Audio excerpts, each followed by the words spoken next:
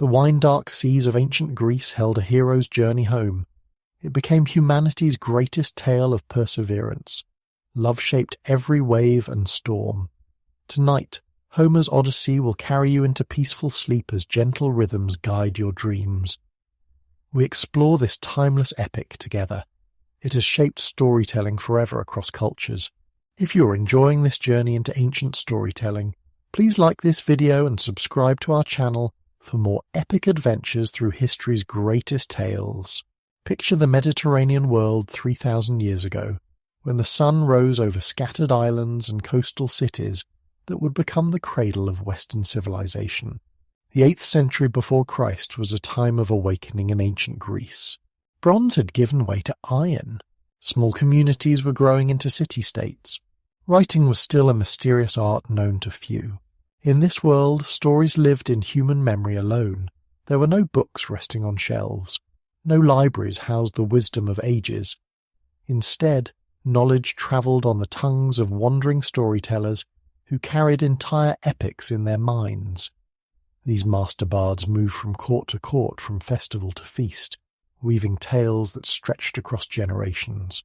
The oral tradition was humanity's first great library. Mothers sang lullabies that contained fragments of ancient myths. Grandfathers recounted battles fought by heroes whose names sparkled like stars in the darkness of forgetting. Every village had its storytellers.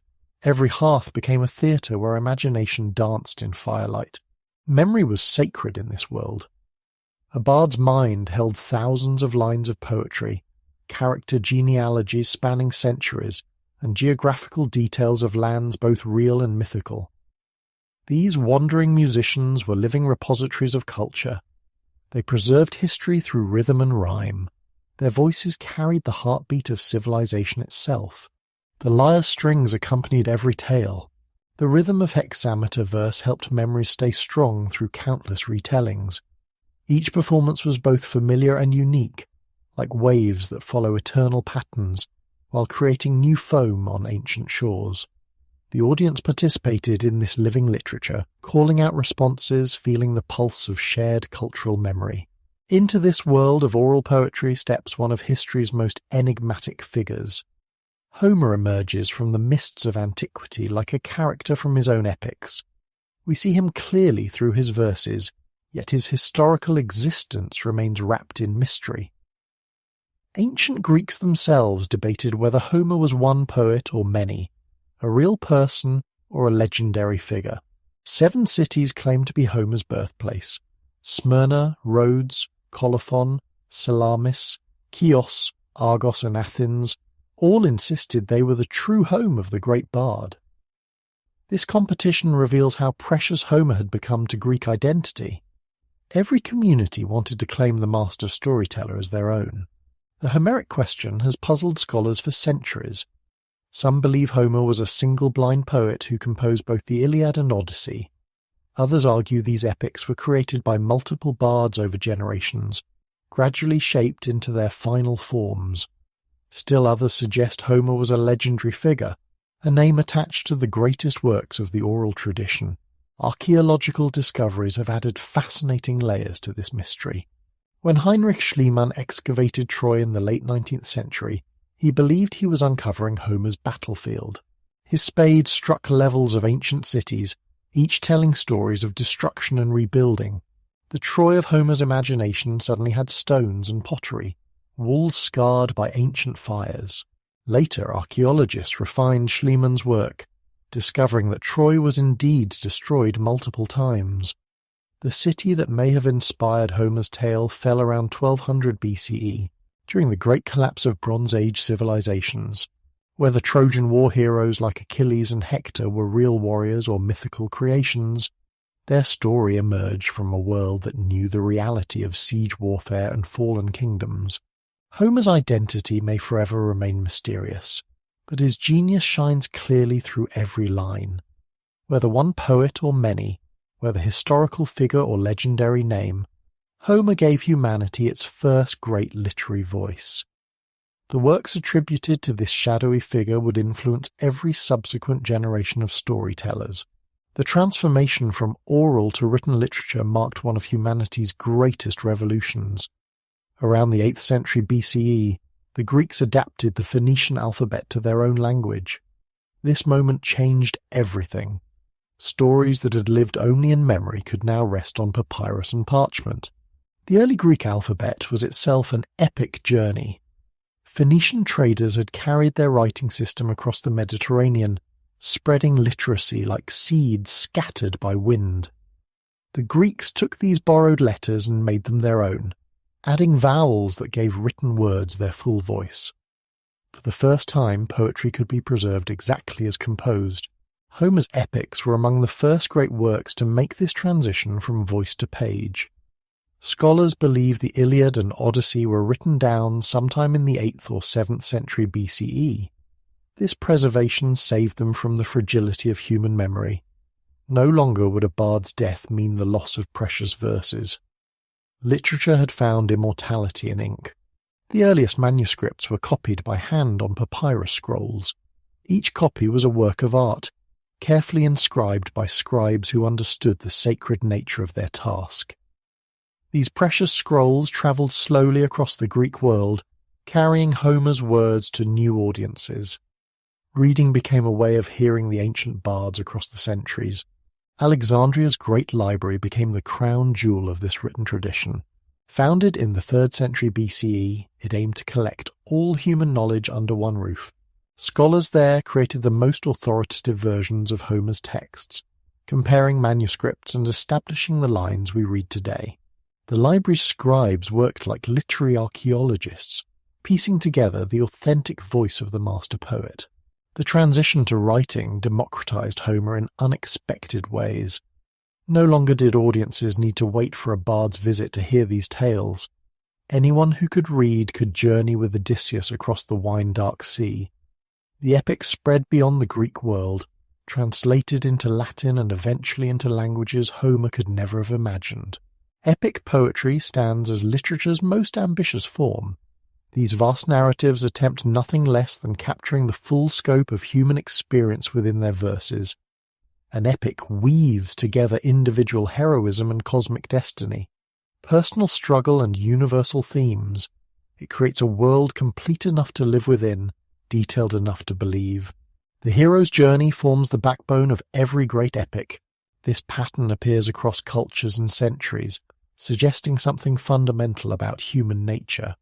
The hero begins in familiar surroundings, receives a call to adventure, faces trials that test body and spirit, and returns transformed. This structure mirrors our own lives, each person's journey from innocence through experience toward wisdom. Divine intervention shapes epic narratives in ways that reflect ancient understanding of fate and free will. Gods and goddesses don't simply watch human affairs from distant Olympus. They actively participate, taking sides, offering aid, creating obstacles. This divine involvement suggests that mortal actions have cosmic significance, that individual choices ripple through the very fabric of existence. The themes of honor, glory, and homecoming resonate through every epic tradition. Heroes seek honor not for vanity but for immortality, the only eternal life available to mortals. Glory becomes a form of survival beyond death, a way of cheating oblivion through memorable deeds. Homecoming represents more than physical return. It symbolizes the restoration of order, the completion of destiny, the healing of wounds, both personal and cultural. Epic poetry employs elevated language that lifts ordinary speech into the realm of the sacred. The hexameter verse of Greek epics creates a rhythm like the beating of a divine heart, steady and eternal. This formal structure transforms storytelling into ritual, making each recitation a ceremony that connects present audiences with ancestral wisdom. The Iliad serves as the Odyssey's foundation, providing the historical and mythological backdrop for Odysseus's journey home. Without understanding the Trojan War, we cannot fully appreciate the depth of the wandering hero's struggles. The war becomes not just historical context, but psychological landscape. The trauma from which Odysseus must heal. The conflict began with divine jealousy and mortal pride. Paris of Troy stole Helen from her husband Menelaus, launching 1,000 ships across the Aegean Sea. But beneath this personal grievance lay deeper tensions between Greek and Trojan civilizations, between the rising power of Greek city-states and the established kingdoms of Asia Minor. Achilles dominates the Iliad with his terrible wrath, his choice between long life and eternal glory. His rage drives the epic's central action, from his withdrawal from battle to his eventual return and triumph over Hector. Yet Achilles represents a form of heroism that the Odyssey will ultimately transcend, the warrior who wins glory through destruction, rather than the hero who achieves greatness through endurance and wisdom. The Trojan War lasted 10 brutal years, long enough for an entire generation to grow up knowing only conflict. By the war's end, heroes had become hardened veterans haunted by the blood they had shed. Victory tasted bitter, mixed with grief for fallen comrades and exhaustion from prolonged violence. This psychological landscape explains much about Odysseus's lengthy journey home. He was not just crossing physical distance, but healing spiritual wounds. Archaeological evidence from Troy, Hisarlik, confirms that a great city did fall around the traditional date of the Trojan War. Multiple layers of destruction tell stories of repeated conquest and rebuilding. The Troy of Homer's imagination rested on foundations of historical reality, even if the specific details had been transformed by centuries of oral tradition. The connection between the Iliad and Odyssey runs deeper than simple chronology. Both epics explore what it means to be human in a world where gods intervene but mortals must still choose their own paths. The Iliad shows heroism in battle, the Odyssey reveals heroism in survival. Together, they create a complete portrait of human potential under extreme circumstances. The master bards who created and preserved epic poetry developed sophisticated techniques for managing vast amounts of verse. These methods reveal the remarkable capabilities of trained memory in a culture without writing. Understanding these techniques helps us appreciate both the artistry and the accuracy of oral transmission across generations. Formulaic expressions form the building blocks of epic composition. Phrases like rosy-fingered dawn and wine-dark sea appear repeatedly throughout the Odyssey, serving multiple functions. These epithets gave bards reliable metrical units that could be inserted whenever the rhythm required them. They also created a consistent poetic vocabulary that made the epic world feel stable and familiar. The technique of formulaic composition allowed for both preservation and improvisation. A master bard could tell the same story with identical plot points while varying the specific language used to describe each scene. This flexibility meant that no two performances were exactly alike. Yet the essential story remained unchanged. Each telling was both traditional and original. Rhythmic patterns served as powerful memory aids. The dactylic hexameter of Greek epic creates a hypnotic pulse that helps lodge verses in memory. This meter consists of 6 metrical feet, each combining stressed and unstressed syllables in patterns that mirror natural speech rhythms. When properly performed, hexameter verse creates an almost trance-like state in both performer and audience. Repetitive structural elements helped organize massive amounts of material. Certain scenes appear repeatedly: arrivals and departures, descriptions of feasts, catalogues of warriors or ships. These type scenes provided familiar frameworks that audiences could follow easily while giving bards reliable structures for extended composition. The bard's performance was itself an art form that modern readers can only imagine. These ancient storytellers combined singing, instrumental accompaniment, and dramatic gesture to create immersive experiences.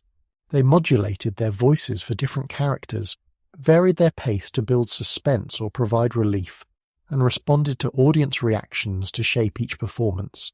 Geographical and genealogical details served as organizing principles that helped bards navigate through complex narratives. Character relationships, family histories, and detailed descriptions of locations created a consistent fictional world that could be mentally mapped and explored.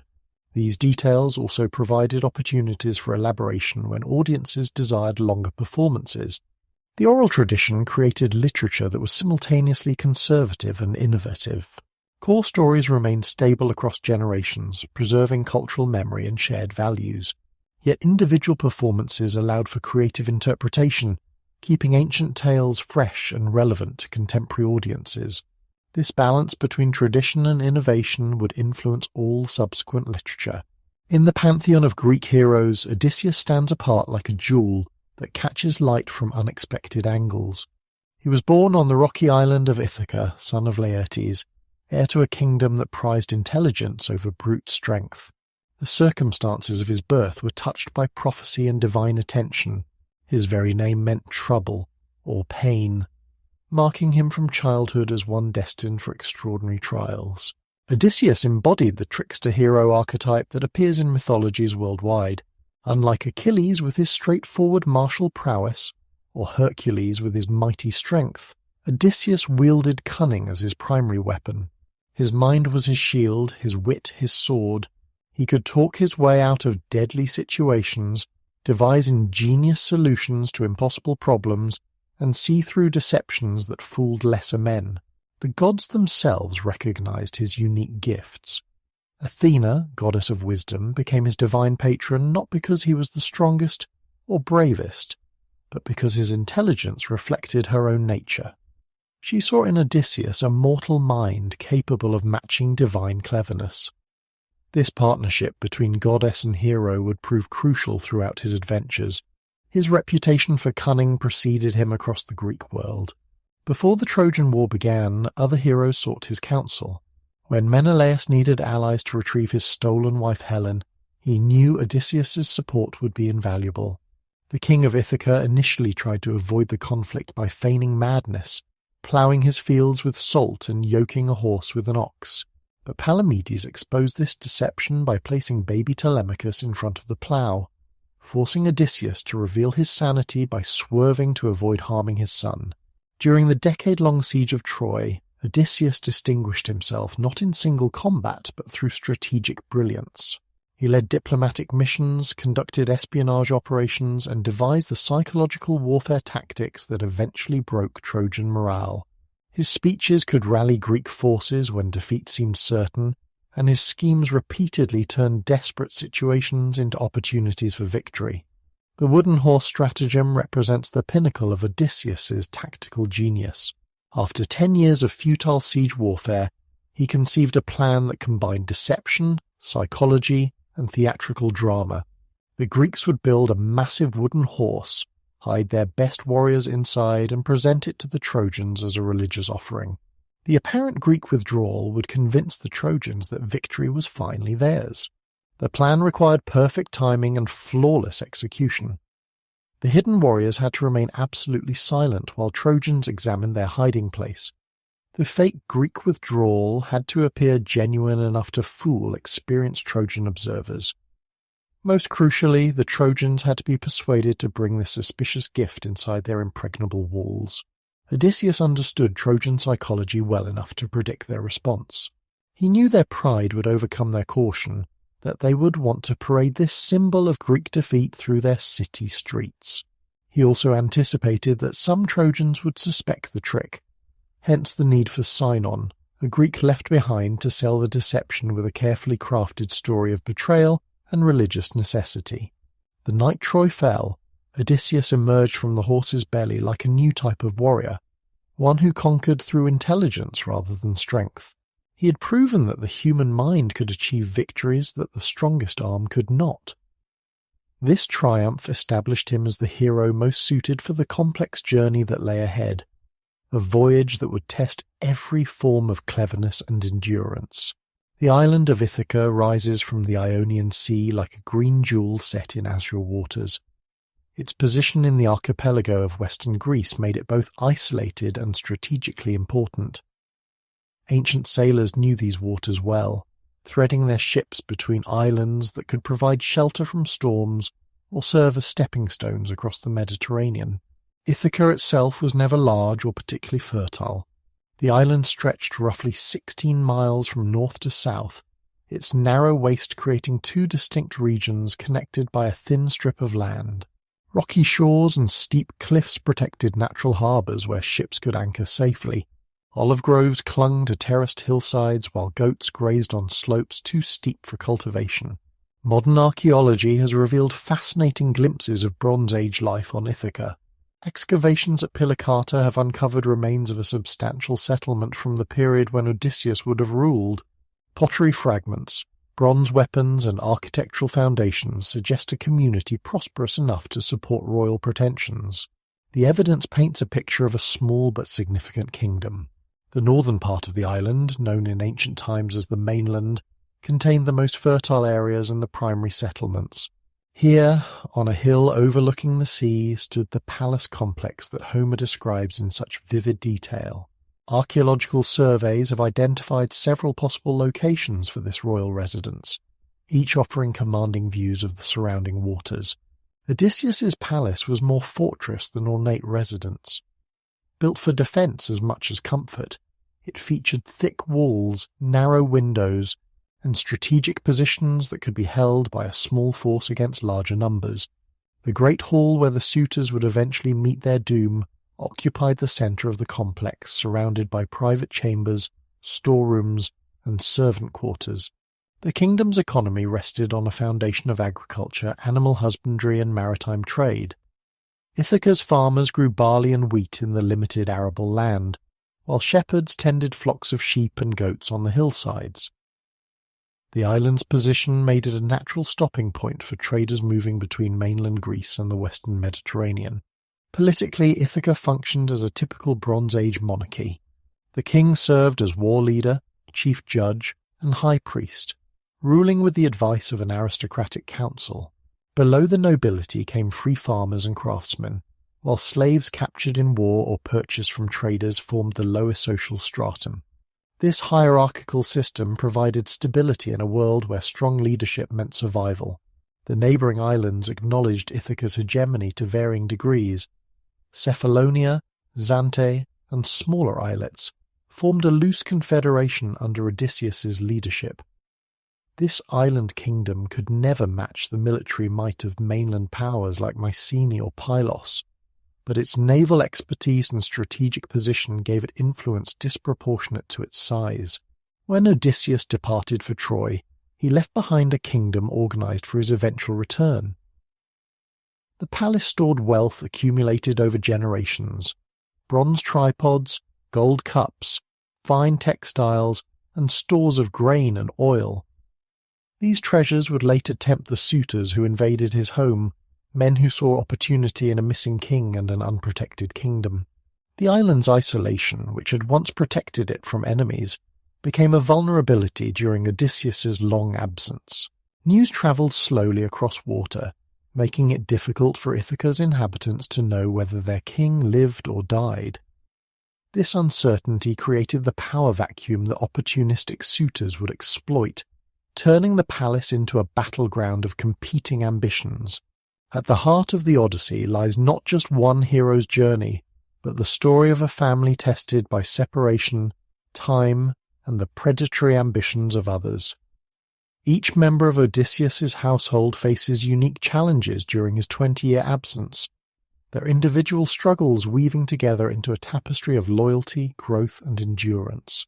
Penelope emerges as perhaps the epic's most complex character, a woman whose intelligence rivals her husband's own cunning.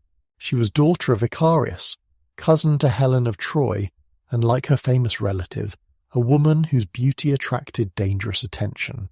Yet where Helen's choices led to war and destruction, Penelope's fidelity became the anchor that held Ithaca together during its darkest years. Her marriage to Odysseus had been a love match as well as a political alliance. Ancient sources describe their courtship as a contest of wits, two intelligent people recognizing kindred spirits in each other. When Odysseus left for Troy, Penelope was still young, mother to an infant son, inexperienced in the harsh realities of ruling alone. 20 years would transform her into one of literature's most formidable heroines. The famous weaving stratagem reveals Penelope's tactical brilliance. Pressed by suitors to choose a new husband, she promised to make her decision once she completed a funeral shroud for Laertes, Odysseus's aging father. Each day she wove at the great loom, creating intricate patterns with threads of gold and silver. Each night she secretly unravelled her day's work, buying precious time while maintaining the appearance of compliance. This deception required extraordinary psychological stamina. For 3 years, Penelope maintained her double life, gracious hostess by day, secret saboteur by night. She had to remember exactly how much she had woven each morning, ensuring the shroud appeared to grow at a believable pace. The mental discipline involved in this sustained performance demonstrates intelligence equal to any of Odysseus's famous tricks. Telemachus begins the epic as a young man trapped between childhood and adulthood, paralyzed by uncertainty about his father's fate and his own identity. 20 years old, he had grown up hearing stories of the great Odysseus, but had no personal memories of his legendary father. The suitors treated him with contemptuous tolerance, seeing him as an obstacle to be eliminated when convenient. His journey to Pylos and Sparta represents a crucial coming-of-age experience. Under Athena's guidance, he learns to assert royal authority, question powerful men, and navigate the complex protocols of diplomatic interaction. The shy young man who hesitated to speak before the suitors returns as a confident prince ready to fight for his birthright. At Nestor's palace in Pylos, Telemachus discovers how his father was remembered by former comrades. The old king's stories paint Odysseus as the wisest counselor among the Greeks, a man whose advice had saved countless lives during the war. These tales give Telemachus a clearer picture of the father he had never really known, building confidence in his own inherited abilities. The visit to Menelaus and Helen in Sparta provides even more revelations about Odysseus's character and capabilities. Helen herself speaks of the king of Ithaca's intelligence, describing how he had infiltrated Troy in disguise to gather intelligence for the Greek forces. These stories help Telemachus understand that his father's strength lay not in physical prowess, but in mental agility. Laertes, Odysseus's aged father, represents the generation passing from power, a once mighty king reduced to tending his gardens in lonely exile. Grief over his son's presumed death has broken his spirit, transforming the former ruler into a shadow of his former self. He tends his fruit trees and vegetable plots like a common farmer, having abandoned the trappings of royalty. The relationship between father and son carries deep emotional weight in Greek culture. A son's success brought honour to his father's name, while failure brought shame to the entire lineage. Laertes had lived to see Odysseus become renowned throughout the Greek world, only to watch that glory fade into uncertainty and presumed death. His withdrawal from public life reflects not just personal grief, but a form of ritual mourning for a dynasty that seemed destined to end. The household slaves reveal another dimension of loyalty in the ancient world. Eumaeus the swineherd, Euryclea the old nurse, and Philoetius the cowherd remained faithful to their master, despite having every reason to believe he would never return. Their loyalty wasn't based on legal obligation alone, but on personal devotion earned through years of good treatment. Euryclea had been Odysseus's nurse since childhood, later serving the same role for Telemachus. Her emotional connection to the royal family transcended the formal bonds of slavery. When she recognized Odysseus by his childhood scar, her joy nearly betrayed his disguise. Her discretion in keeping his secret showed the depth of her understanding and commitment. Eumaeus the swineherd lived in voluntary exile on the island's remote regions, tending the royal herds while avoiding the chaos that surrounded the palace. His humble hut became a refuge where Odysseus could observe his kingdom's condition without revealing his identity. The swineherd's unwavering faith that his master would return, even after 20 years, demonstrates loyalty that transcends mere duty. The contrast between faithful and unfaithful servants highlights the moral landscape of the epic.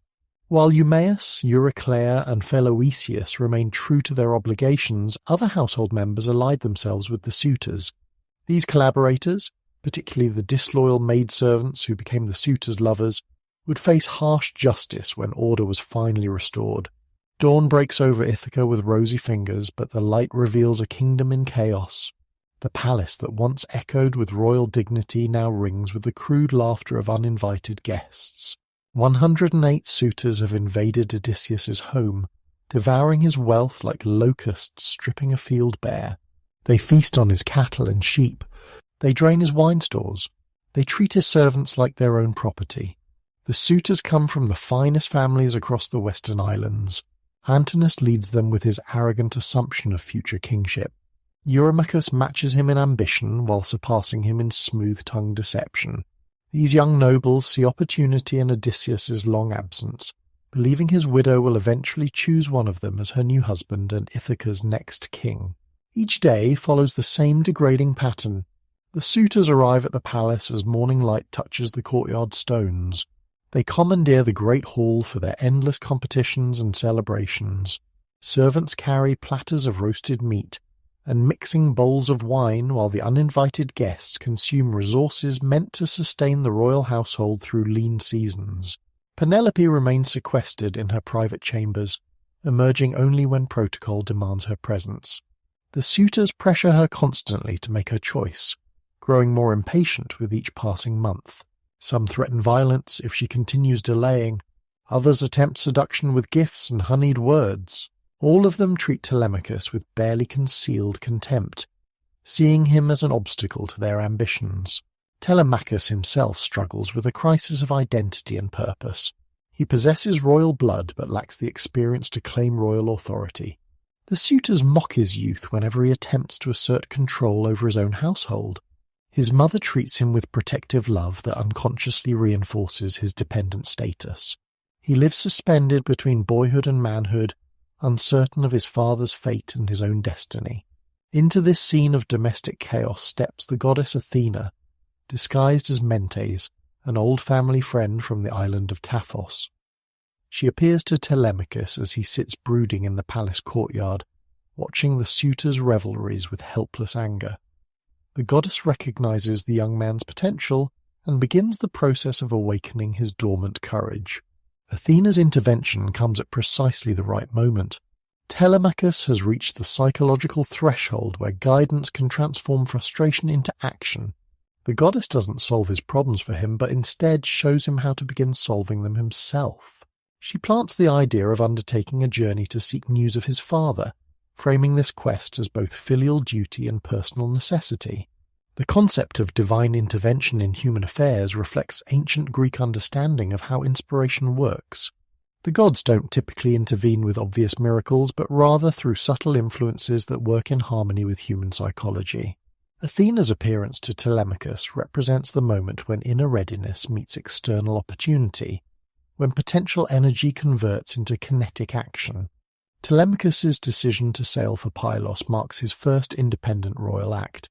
He assembles a crew, provisions a ship, and announces his intentions to the suitors with newfound authority. This transformation doesn't happen overnight. The goddess's influence awakens capabilities that were always present but needed activation. The shy young man begins revealing the leadership qualities he inherited from his legendary father. The journey to Pylos takes Telemachus into the wider world of Greek politics and diplomacy. King Nestor, oldest of the surviving Trojan War veterans, receives the young prince with the elaborate courtesy due to royal guests. The aged king's palace demonstrates how a properly functioning royal household should operate, providing Telemachus with a template for his own future rule.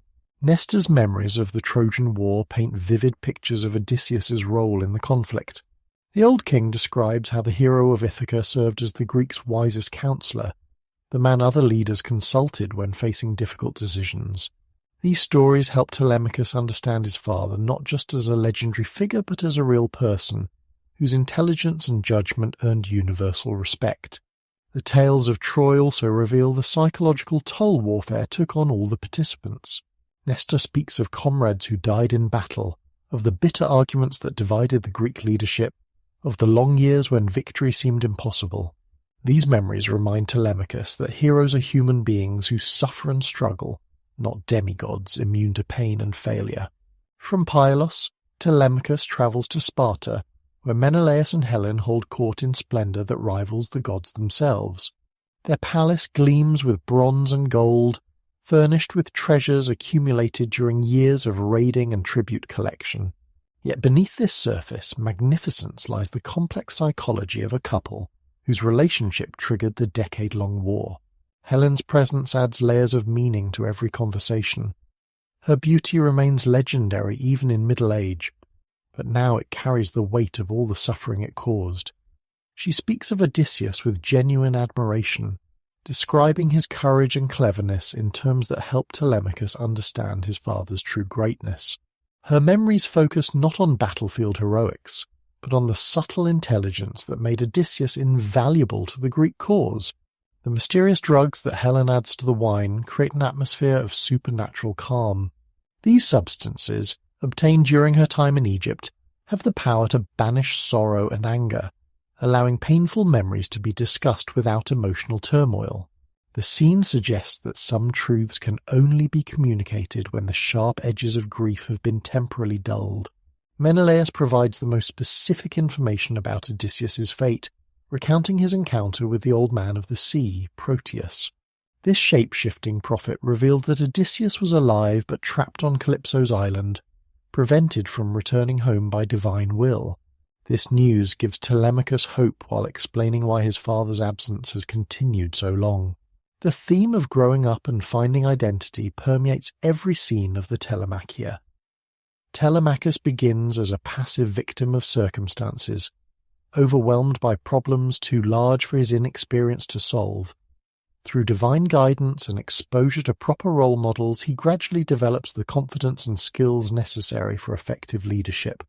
The young prince's transformation reflects universal patterns of maturation and self-discovery. He learns to speak with authority, to command respect from older men, to navigate complex social situations with diplomatic skill. Most importantly, he begins understanding his own heritage and the responsibilities that come with royal birth. The journey also teaches Telemachus about the nature of heroism itself. The stories he hears emphasize not just his father's military achievements, but his intellectual and moral qualities. Odysseus emerges from these tales as a complete hero, brave in battle but also wise in counsel, loyal to his comrades, devoted to his family, and blessed with the mental flexibility to adapt to changing circumstances. By the time Telemachus returns to Ithaca, he has undergone a fundamental transformation.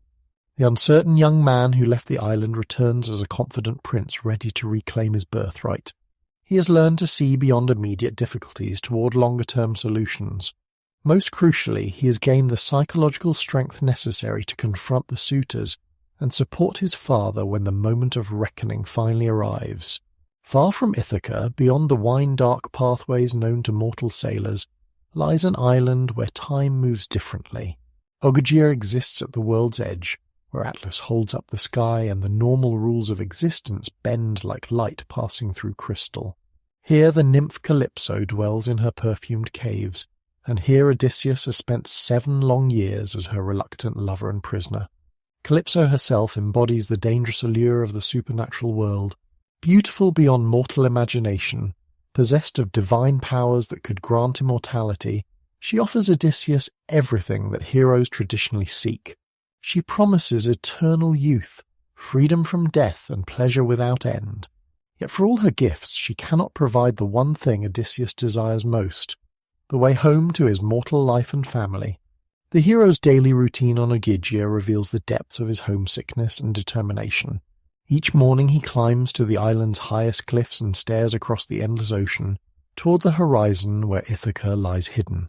Tears stream down his weathered cheeks as he scans the empty waters for any sign of rescue. The man who conquered Troy through cleverness finds himself defeated by divine caprice and geographical impossibility. 7 years of this existence have worn grooves in Odysseus's soul deeper than any physical scar. He ages while Calypso remains eternally youthful. He remembers his mortality while she offers immortal pleasures. The contrast between what he has and what he wants creates a psychological tension that even divine comfort cannot ease. The gods themselves finally intervene to break this stalemate. Zeus calls a council on Mount Olympus, where Athena pleads eloquently for her favourite hero's release. She points out that Odysseus has already suffered enough for any crimes he might have committed. His continued imprisonment serves no divine purpose while causing unjust misery to an essentially good man. Poseidon's absence from this divine council proves crucial to its outcome. The Earthshaker bears eternal grudges against Odysseus for blinding his son Polyphemus, but even his divine anger cannot override the will of Zeus and the other Olympians. The king of gods decides that Odysseus has paid sufficient price for his past mistakes and deserves the chance to attempt his homecoming. Hermes carries Zeus's command to Calypso with the speed of divine wings. The messenger god finds the nymph at her loom, weaving patterns that capture the beauty of her island paradise. Her reaction to the divine decree reveals the genuine love she feels for her mortal captive, but also her understanding that divine will cannot be resisted, even by other immortals. The conversation between Hermes and Calypso provides insight into the complex relationships between gods and mortals in Greek mythology. Calypso argues passionately that she saved Odysseus from certain death, that she has offered him gifts beyond mortal comprehension, that her love should count for something in the cosmic balance. Yet she ultimately accepts that divine politics override personal desires, even her own. Calypso's farewell to Odysseus mixes genuine affection with understandable resentment. She provides him with tools and materials to build a raft, offers him divine food and wine for the journey, and gives him favourable winds to speed his voyage. Yet she cannot resist pointing out that he exchanges certain comfort for probable death. Divine love for the memory of a mortal woman who may no longer remember him. The construction of the raft becomes a meditation on human ingenuity and determination. Odysseus works for 4 days, felling trees with divine tools, shaping timbers with techniques learned through years of practical experience. His hands remember skills acquired in youth, muscle memory that connects him to his mortal identity. Each stroke of the adze brings him closer to his human heritage. The completed raft represents more than mere transportation. It symbolizes Odysseus's commitment to mortality over immortality, struggle over ease, home over paradise. The vessel is crude compared to the magical ships that carry gods across the cosmos, but it is his own creation, built with his own hands according to his own design. It carries him not just across water, but back toward his human identity. Poseidon's return to Olympus and discovery of Odysseus's escape triggers divine wrath that shakes the very foundations of sea and sky. The Earthshaker summons storms that would destroy fleets of the finest ships. Waves rise like mountains, winds howl with supernatural fury, and lightning splits the darkness with blazing white fire. The raft that seemed sturdy on Calypso's beach becomes a fragile toy in this cosmic tempest. Odysseus's struggle against Poseidon's storm tests every aspect of his heroic nature. Physical strength keeps him clinging to the dissolving timbers.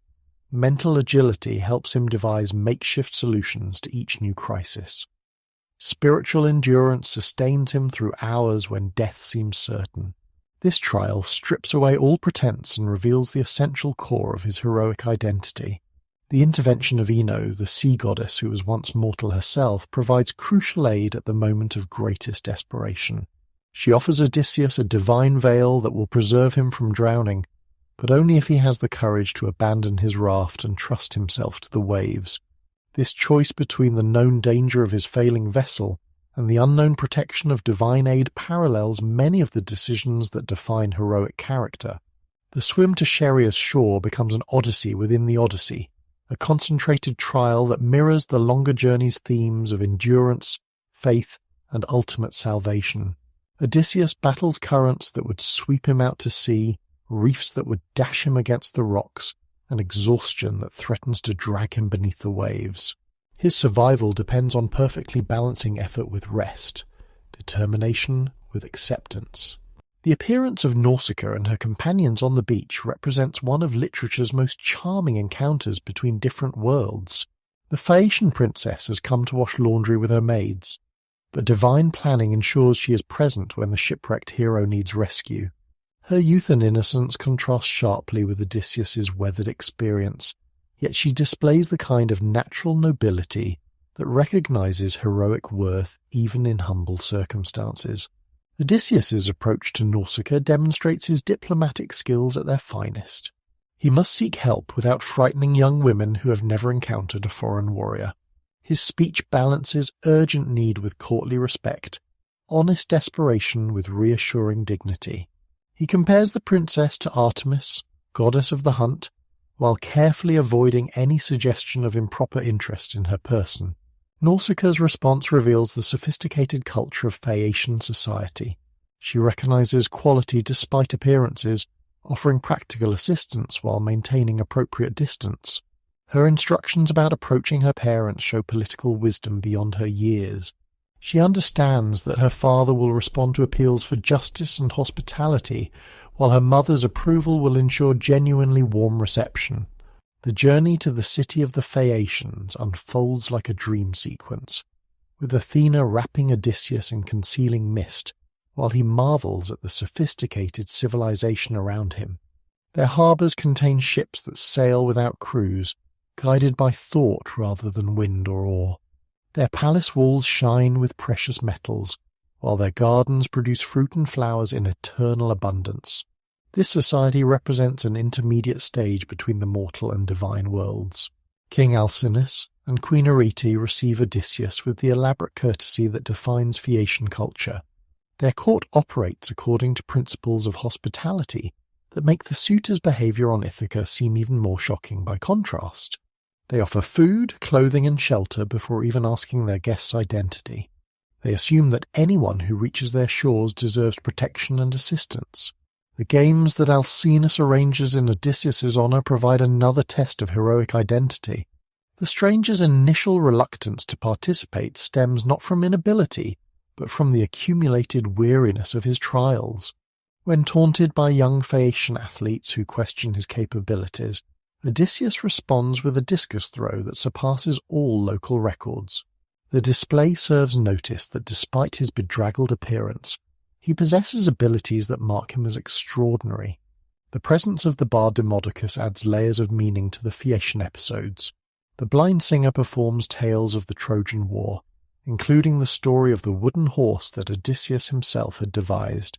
The hero's emotional response to hearing his own exploits sung by a poet who never witnessed them reveals the complex relationship between experience and art, between living through events and having them transformed into entertainment. These episodes in Phaeacia serve multiple narrative functions. They provide Odysseus with the first truly safe haven he has found since leaving Troy. They demonstrate that civilized society still exists in the world, offering hope that Ithaca might be restored to similar order. They also create the dramatic framework for Odysseus to tell his own story, setting the stage for the great flashback that will reveal his 10 years of wandering to both the Phaeacians and Homer's audience. In the perfumed halls of the Phaeacian palace, with wine cups gleaming in torchlight and the sea whispering beyond marble walls, Odysseus begins the tale that will echo through eternity.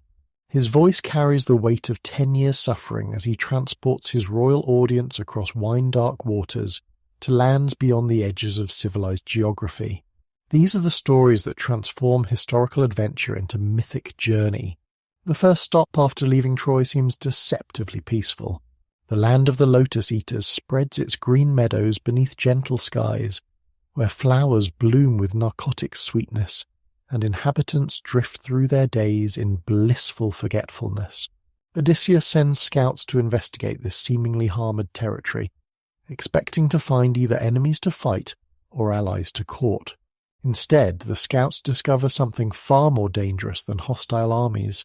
The natives welcome them with perfect hospitality, offering the honey-sweet fruit of the lotus plant. Those who taste this magical food lose all desire to return home. Memory of family and homeland fades like morning mist. The scouts forget their mission, their shipmates, their very identities, content to spend eternity in Lotus Dream Paradise. Odysseus must personally retrieve his men, dragging them weeping back to the ships as they beg to remain in their newfound paradise. He binds them to the rowing benches until they sail beyond the Lotus Land's influence and their memories gradually return. The scene establishes a pattern that will repeat throughout the wanderings. The hero's responsibility for men who cannot protect themselves from supernatural temptations. The lotus represents humanity's perpetual temptation to escape the difficulties of conscious existence. Modern readers might recognize parallels to addiction, to the allure of substances or experiences that promise relief from pain at the cost of awareness and growth. The lotus eaters have chosen comfort over purpose, pleasure over responsibility, forgetting over remembering. Odysseus's rejection of Lotus Land reveals the essential quality that separates him from his men: He alone possesses the strength of will to resist paradise when it comes at the cost of identity and purpose. His kleos, the glory that comes from memorable deeds, matters more to him than ease or happiness. He chooses the difficult path of conscious struggle over the simple path of unconscious bliss. From the dreamy dangers of Lotus Land, the ships sail towards Sicily's volcanic shores, where the Cyclops dwell in caves carved from living rock. These one-eyed giants know nothing of agriculture, law, or civilization. They live as isolated shepherds, each tending his flocks without regard for neighbours or community. Their very existence challenges Greek assumptions about what it means to be human. Odysseus approaches their territory with characteristic curiosity, taking only his best ship and crew to investigate. The others remain safely harboured on a nearby island, protected by his strategic caution. The hero brings gifts of powerful wine, anticipating the need to win over potentially hostile natives through proper diplomatic protocols. The cave of Polyphemus astonishes the Greeks with its sheer scale. The entrance yawns wide enough to admit multiple ships, while the interior stretches back into mountainous darkness. Enormous cheese wheels age on stone shelves, while pens built for giant livestock contain flocks of sheep and goats. The abundance reveals the Cyclops as a prosperous shepherd, if one who operates on an intimidating scale. When Polyphemus returns from pasturing his flocks, he seals the cave entrance with a stone so massive that 24 horses could not budge it. The giant's initial reaction to finding strangers in his home demonstrates his complete ignorance of civilized customs. Instead of offering hospitality to travellers, he immediately devours 2 of Odysseus's men, cracking their bones like a lion consuming its prey. The confrontation between Odysseus and Polyphemus becomes a battle between civilization and primitivism, intelligence and brute force, community values, and selfish individualism. The Cyclops recognizes no laws except his own appetite, no obligations to gods or men that might restrain his behavior. He represents everything that civilized society exists to overcome. Odysseus's strategy reveals his genius for turning apparent weakness into strength. He cannot match the giant's physical power, so he employs psychological warfare instead. The hero offers Polyphemus wine so potent that it overwhelms even the Cyclops' massive constitution.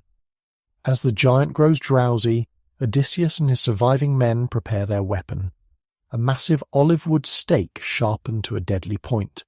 The blinding of Polyphemus ranks among literature's most viscerally described scenes. The Greeks heat their stake until it glows like a brand, then drive it deep into the sleeping giant's eye. The Cyclops' agonized roars shake the cave walls, while the smell of burning flesh fills the air. His howls of pain summon his neighbours, who gather outside the sealed cave to ask what troubles him.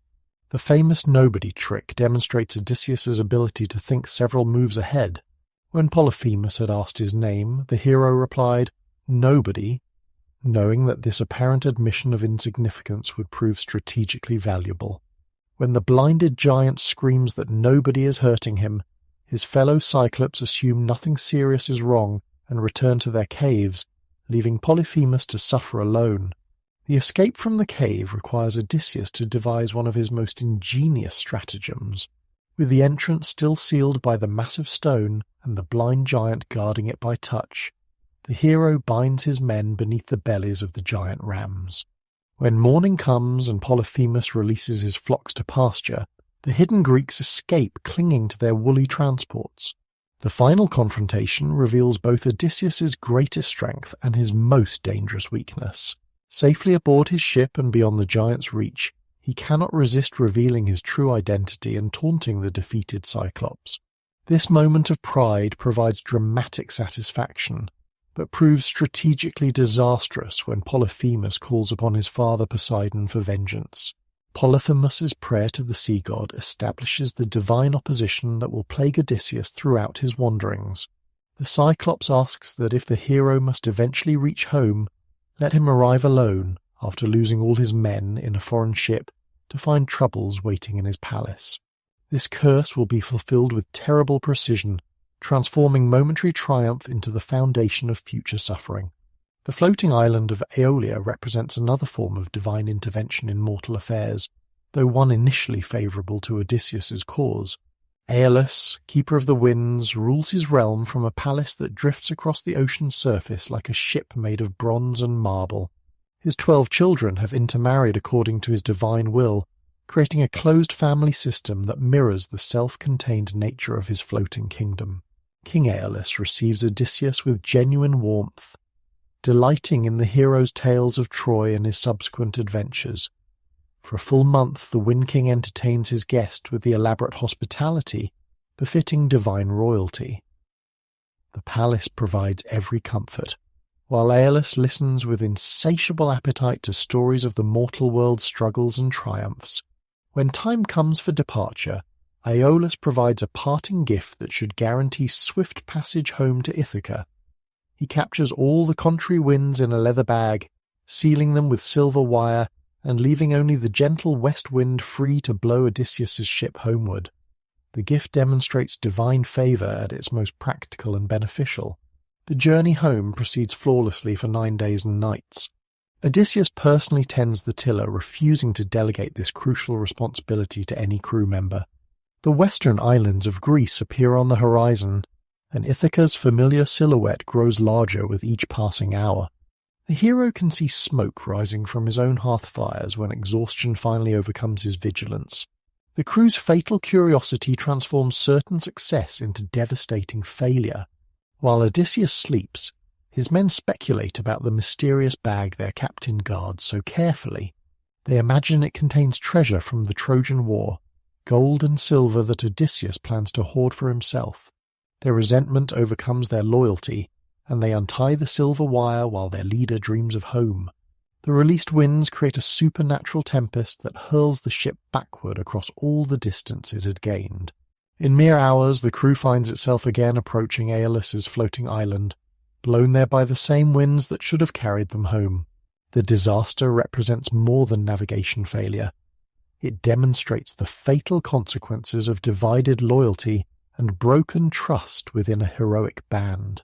Aeolus's reaction to their return reveals the complex nature of divine favour in the ancient world. The Wind King interprets their failure as evidence of divine disfavour, proof that some god opposes Odysseus's homecoming. Rather than risk offending whatever deity has cursed the hero, Aeolus refuses further assistance and orders the Greeks to leave his realm immediately. The episode teaches harsh lessons about leadership and delegation. Odysseus's refusal to trust his men with knowledge of the bag's contents breeds the suspicion that ultimately destroys them all. His attempt to maintain personal control over every aspect of the journey reveals both dedication and dangerous pride. Effective leadership requires finding the balance between necessary secrecy and trust-building transparency. From the disappointment of Aeolus's rejection, the fleet sails toward what seems like another peaceful harbour. The land of the Laestrygonians stretches beneath unusually long twilight, where the paths of day and night draw close together. Shepherds returning with their flocks call greetings to those just leading theirs out to pasture, suggesting a realm where normal temporal boundaries don't apply. The narrow harbour entrance creates a sense of security that proves tragically false. High cliffs surround the anchorage on all sides, creating a natural fortress that should protect ships from storms. 11 of Odysseus's 12 ships anchor within this sheltered water, while the hero himself keeps his vessel outside, moored to rocks near the harbour mouth. His caution stems from hard-won experience with seemingly perfect situations. The scouting party sent to investigate the local inhabitants follows standard procedure for diplomatic contact. 3 men approach the nearest settlement, expecting to announce their peaceful intentions and request permission to take on fresh water and supplies. Instead, they encounter the Laestrygonian king Antiphates, whose gigantic stature and savage appetite immediately mark him as another monster, rather than a civilized ruler. The king's wife appears even more terrifying than her husband, a giantess whose first instinct is to call for reinforcements, rather than offer the hospitality that civilized peoples extend to strangers. The scouts realize their danger too late. One is immediately killed and consumed, while the other 2 flee back toward the harbour with the queen's howls of summons echoing behind them. The Lestrygonian attack combines the worst elements of warfare and hunting. Thousands of giants gather on the cliff tops surrounding the harbour, hurling boulders the size of millstones down onto the trapped ships. The narrow entrance that had promised security becomes a killing zone where escape proves impossible. Ship after ship is crushed like eggshells, their crews speared like fish in a pool. Odysseus watches in horror as his fleet and most of his men are destroyed within moments. The giants gather their human prey for feasting, treating the Greeks not as enemies to be defeated honourably, but as animals to be butchered and consumed. The hero's single ship escapes only because his earlier caution placed it beyond the trap, allowing him to cut his mooring lines and flee while the massacre continues. The loss at Lestrygonia represents the journey's turning point, transforming Odysseus from fleet commander to solitary wanderer. His 11 ships and their crews had represented not just military force but community, the social bonds that connect individual identity to larger purpose. Now he sails alone with only one shipload of survivors, increasingly isolated in a world that seems actively hostile to human presence. The psychological impact of witnessing such wholesale destruction adds another layer to Odysseus's growing burden of grief and guilt. As commander, he bears responsibility for the men who trusted him to lead them home safely. Their screams echo in his memory, while their families on Ithaca await the return of husbands, fathers, and sons who will never see home again. The sole surviving ship finds refuge on Aea, an island where divine power manifests in more subtle but equally dangerous forms. Circe the Enchantress dwells here in a palace surrounded by tame wolves and lions that were once human visitors who fell victim to her magic. Her island paradise conceals supernatural threats that test not just physical courage, but moral and psychological resilience. The initial reconnaissance reveals an environment that seems almost too perfect. Abundant fresh water flows from crystal springs, while fruit trees offer easy sustenance. The palace itself gleams with divine architecture, its walls rising from foundations that seem to grow naturally from the living rock. Circe's voice can be heard from within, singing at her loom with notes that carry supernatural beauty. Odysseus divides his remaining men into 2 groups, leading one himself while placing the other under Eurylochus's command. This division reflects his growing understanding that the supernatural dangers they face require multiple approaches to survival. The group that first approaches Circe's palace receives the elaborate welcome that should indicate safety and civilization. The sorceress greets the visitors with perfect hospitality, offering wine mixed with honey and fine ground grain. Her palace provides every comfort: soft couches, rich tapestries, servants who anticipate every need. Yet the wine contains drugs that dull memory and judgment, while Circe's magic wand transforms the men into swine that retain their human consciousness trapped within animal bodies. Eurylochus alone escapes this fate, his natural suspicion keeping him outside the palace while his companions enter. He returns to Odysseus with news of the transformation, begging his commander to abandon the lost men and sail away before sharing their fate. This moment tests Odysseus's loyalty to his followers against the practical demands of survival. The hero's decision to rescue his men despite the obvious danger demonstrates the moral courage that separates true leaders from mere survivors. He approaches Circe's palace alone, armed only with his sword and the hope that his reputation for cleverness might somehow overcome divine magic. His willingness to risk transformation shows that heroic honor sometimes demands actions that prudence would reject. Hermes appears to provide crucial assistance, offering Odysseus the magical herb moly that will protect him from Circe's drugs. The messenger god's intervention suggests that Odysseus's courage has earned divine support, but also that even heroes require supernatural aid when facing gods and monsters. The herb's black root and white flower symbolize the complex balance between danger and protection. The confrontation between Odysseus and Circe becomes a battle of wills between mortal determination and divine power. When her drugs prove ineffective and her wand fails to transform him, the sorceress recognizes that she faces someone protected by forces equal to her own. Her immediate offer of her bed reveals another form of supernatural seduction, one that promises pleasure, but also potential enslavement. Odysseus's demand that Circe first swear a solemn oath demonstrates his growing understanding of divine psychology. Gods and immortals take their oaths more seriously than mortals, bound by cosmic laws that even their powers cannot override. The oath ensures that the sorceress cannot harm him even in the vulnerability of intimate embrace. The year spent on Circe's island provides respite from the constant dangers of the journey, but also represents another form of temptation. The sorceress restores his transformed men to human shape, making them even more handsome and vigorous than before. Her palace offers every pleasure, her island every comfort.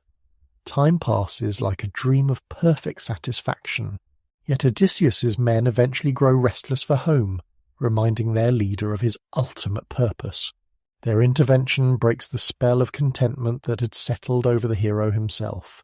Circe's final gift, directions for the journey to the underworld, shows that she's become an ally rather than an enemy, offering guidance for the next phase of his supernatural education. The descent to Hades represents the most profound trial of Odysseus's spiritual journey, a passage through death itself that will teach him truths unavailable to living mortals. Circe's directions lead him to the world's edge, where the river ocean flows around the disk of Earth, and the paths to the underworld lie hidden beneath perpetual mist. The ritual for summoning the dead requires precise adherence to divine law. Odysseus must dig a pit and fill it with blood from sacrificed sheep, creating the life force that will give the shades temporary substance and speech. The hero stands guard over this precious blood, sword drawn to prevent the hungry dead from drinking before he can question those whose knowledge he needs. Elpenor appears first among the shades, the youngest of Odysseus's crew who had died from a drunken fall on Circe's island. His unburied body prevents his spirit from finding rest among the dead, and he begs Odysseus for the funeral rites that will grant him peace. This encounter reminds the hero that his responsibilities to his men extend beyond their deaths. The appearance of Anticlea, Odysseus's mother, provides the journey's most emotionally devastating moment. She died of grief during his absence, unable to bear the uncertainty of not knowing whether her son lived or perished. Her shade reveals the toll that his prolonged wandering has taken on those who love him, adding personal guilt to his burden of responsibility for his lost crews. 3 times Odysseus attempts to embrace his mother's shade, and 3 times his arms close on empty air. The dead retain the appearance of life but lack its substance, existing in a realm where touch and comfort become impossible. This scene establishes the absolute boundary between life and death, emphasizing that some separations cannot be overcome by love or longing. The prophet Tiresias provides the guidance that justifies this dangerous journey. The blind seer's shade retains the supernatural knowledge he possessed in life, offering specific instructions for completing the homeward voyage. His prophecy reveals both the trials that await and the actions necessary to overcome them, providing a roadmap through future dangers.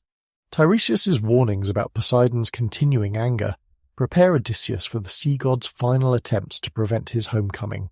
The prophet also foretells the situation that awaits on Ithaca, the suitors consuming his wealth, the threat to his family, the need for violent resolution. Most crucially, he provides specific instructions for placating Poseidon after reaching home. The parade of famous shades offers glimpses of legendary figures from Greece's heroic past. Agamemnon's spirit warns Odysseus about the treachery of women, comparing his own murder by Clytemnestra to the potential dangers awaiting any returning warrior. Achilles, greatest of Greek heroes, reveals that he would rather be a living peasant than king of all the dead. The punishment of famous sinners provides moral instruction about divine justice. Tantalus suffers eternal hunger and thirst, forever reaching for fruit and water that retreat when he approaches. Sisyphus pushes his boulder up the mountainside for eternity, watching it roll back down just before reaching the summit. These images warn against the pride and crimes that bring divine retribution. The journey through Hades transforms Odysseus's understanding of mortality and purpose. He has witnessed the fate that awaits all humans regardless of their earthly achievements. This knowledge strips away illusions about glory and permanence, revealing that the value of life lies not in avoiding death but in living fully before death arrives. The return to sunlight and the world of the living brings Odysseus face to face with perhaps the most sophisticated supernatural threat he has yet encountered. The sirens possess voices that can reveal all knowledge, past and future, but they use this gift to lure sailors to their deaths. Their island lies covered with the bones of previous victims who died listening to songs too beautiful to abandon. Circe's warnings about the sirens emphasize the complexity of this danger.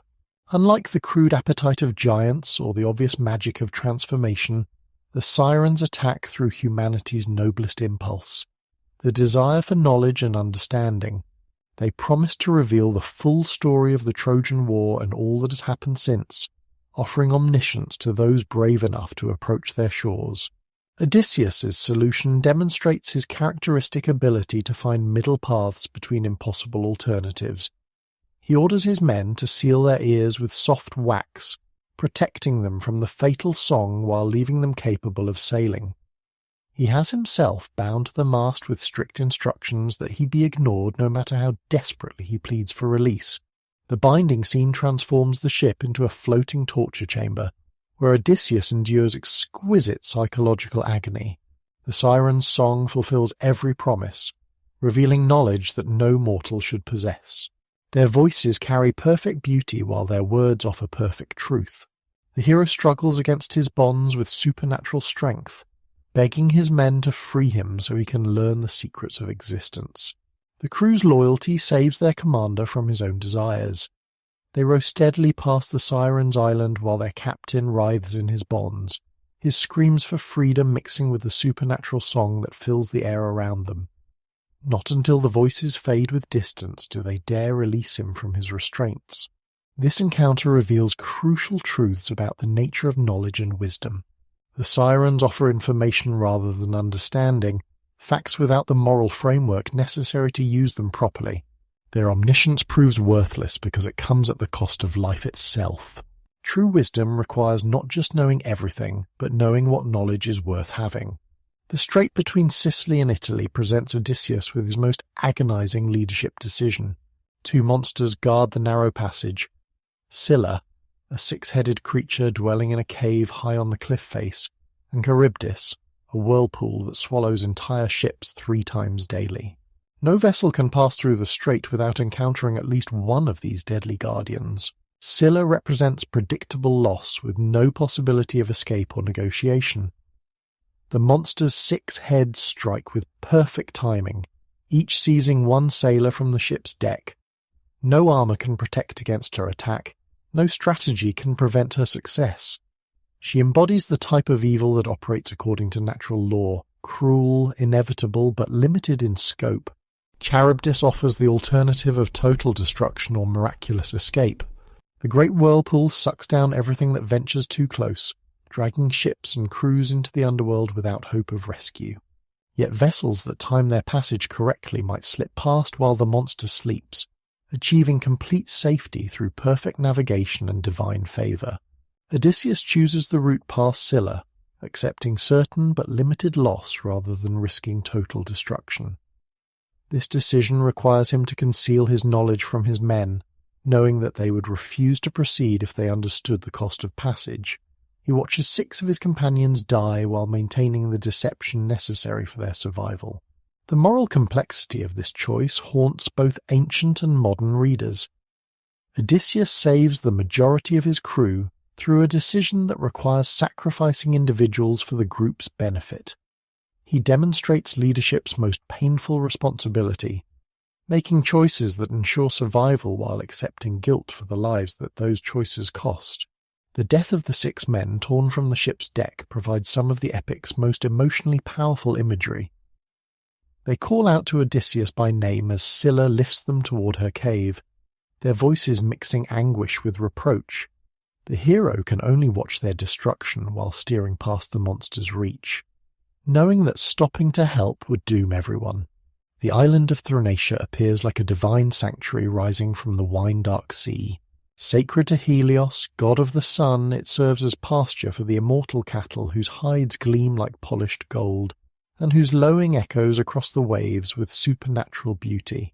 Circe and Tiresias have both warned Odysseus that his men must not harm these divine animals, regardless of hunger or desperation. Storm winds trap the ship on Thrinacia for a full month, preventing departure while their supplies dwindle to nothing. The crew grows increasingly desperate as hunger weakens their bodies and frays their discipline. Odysseus reminds them daily of the prophecies warning against harming the sun god's cattle, but empty stomachs make divine threats seem distant and theoretical. Eurylochus leads the final rebellion, arguing that starvation represents certain death while divine punishment remains merely possible. He convinces the crew that they should sacrifice some cattle to the gods, promising to build a temple to Helios when they reach home if they survive their sacrilege. His logic appeals to men whose judgment has been compromised by hunger and despair. Odysseus's temporary absence during the critical moment reflects the isolation that has grown around him throughout the journey. While he prays alone on the island's heights seeking divine guidance, his men make the fatal decision that will doom them all. His leadership has become purely theoretical, unable to control followers who no longer trust his promises of eventual salvation. The slaughter of the cattle reveals the crew's complete abandonment of religious and moral restraints. They perform a mockery of proper sacrifice, using leaves instead of barley and water instead of wine for libations. The slaughtered animals display supernatural signs. Their hides crawl across the ground while their meat lows like living cattle on the spits. Helios's complaint to Zeus demands immediate justice for this sacrilege. The sun god threatens to withdraw his light and shine instead among the dead in Hades if the crime goes unpunished. This threat forces Zeus to act, demonstrating that even the king of gods must respect the rights of other divine beings. The final storm that destroys Odysseus's last ship and crew represents divine justice in its most absolute form. Zeus's thunderbolt splits the vessel apart, while supernatural winds and waves ensure that no one except Odysseus can survive the wreck. The hero clings to wreckage as his final companions disappear beneath the waves, leaving him truly alone for the first time since departing Troy. The 10-day drift that carries Odysseus back to Charybdis and eventually to Calypso's island completes the circle of his wandering adventures. He has lost everything: ships, treasure, companions, hope of quick return. Only his own life remains, preserved by divine will for purposes not yet clear. The journey that began with 12 ships ends with a single castaway clinging to fragments of his final vessel. The Phaeacian ship cuts through dark waters with supernatural silence, carrying the sleeping Odysseus toward his homeland like a divine chariot bearing a hero from one world to another. No mortal vessel could maintain such speed or navigate with such precision through the maze of islands that guard Ithaca's approaches. The magical ship embodies the transition between the fantastic adventures just concluded and the realistic challenges that await. As dawn's rosy fingers spread across the wine-dark sea, the Phaeacians deposit their passenger on a secluded beach, known only to shepherds and fishermen. They arrange his treasure gifts nearby: the bronze tripods, gold cups, and fine clothing bestowed by King Alcinous and his nobles. These material symbols of honor and hospitality will soon play crucial roles in the restoration of Odysseus's royal authority. Athena shrouds the familiar landscape in supernatural mist, making even well-known landmarks appear foreign and threatening to the newly awakened hero. This divine deception serves multiple purposes. It protects Odysseus from immediate recognition while testing his ability to adapt to changed circumstances. The man who conquered Troy through mental flexibility must now prove that 20 years of wandering have not diminished his intellectual agility. The hero's initial reaction to waking on Ithaca reveals the psychological toll of his extended journey. He cannot immediately recognize his own homeland, made suspicious by years of encounters with deceptive appearances and supernatural illusions. His first impulse is to count his treasure, ensuring that the Phaeacians have not cheated him during his unconscious voyage. Trust has become a luxury that survival cannot afford. Athena's appearance to Odysseus marks a turning point in their relationship. The goddess reveals herself openly for the first time since the beginning of his adventures, acknowledging him as her chosen protégé while explaining the divine politics that have both aided and hindered his homecoming. Her words restore his confidence while preparing him for the trials that await in his own palace. The transformation into a beggar represents one of literature's most psychologically complex disguises.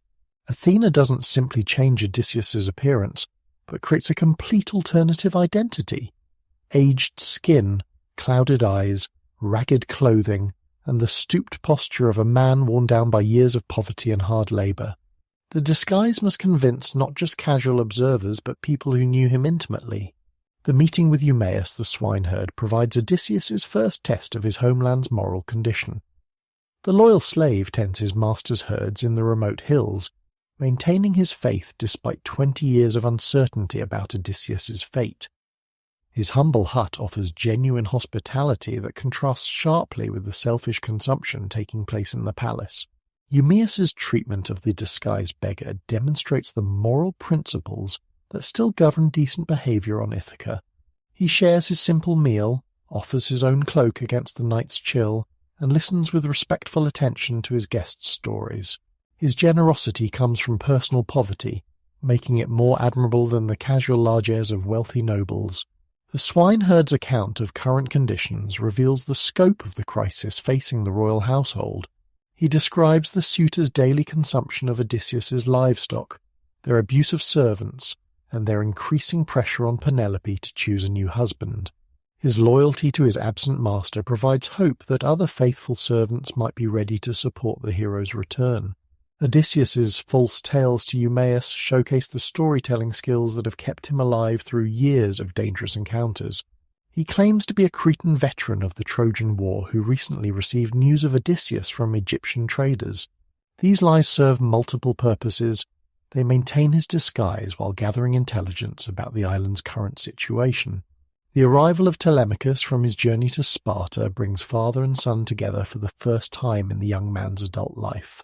The prince has grown from uncertain boy to confident leader during his diplomatic mission, gaining the experience and courage necessary to support his father's plans. His development parallels Odysseus's own journey of discovery and self-mastery.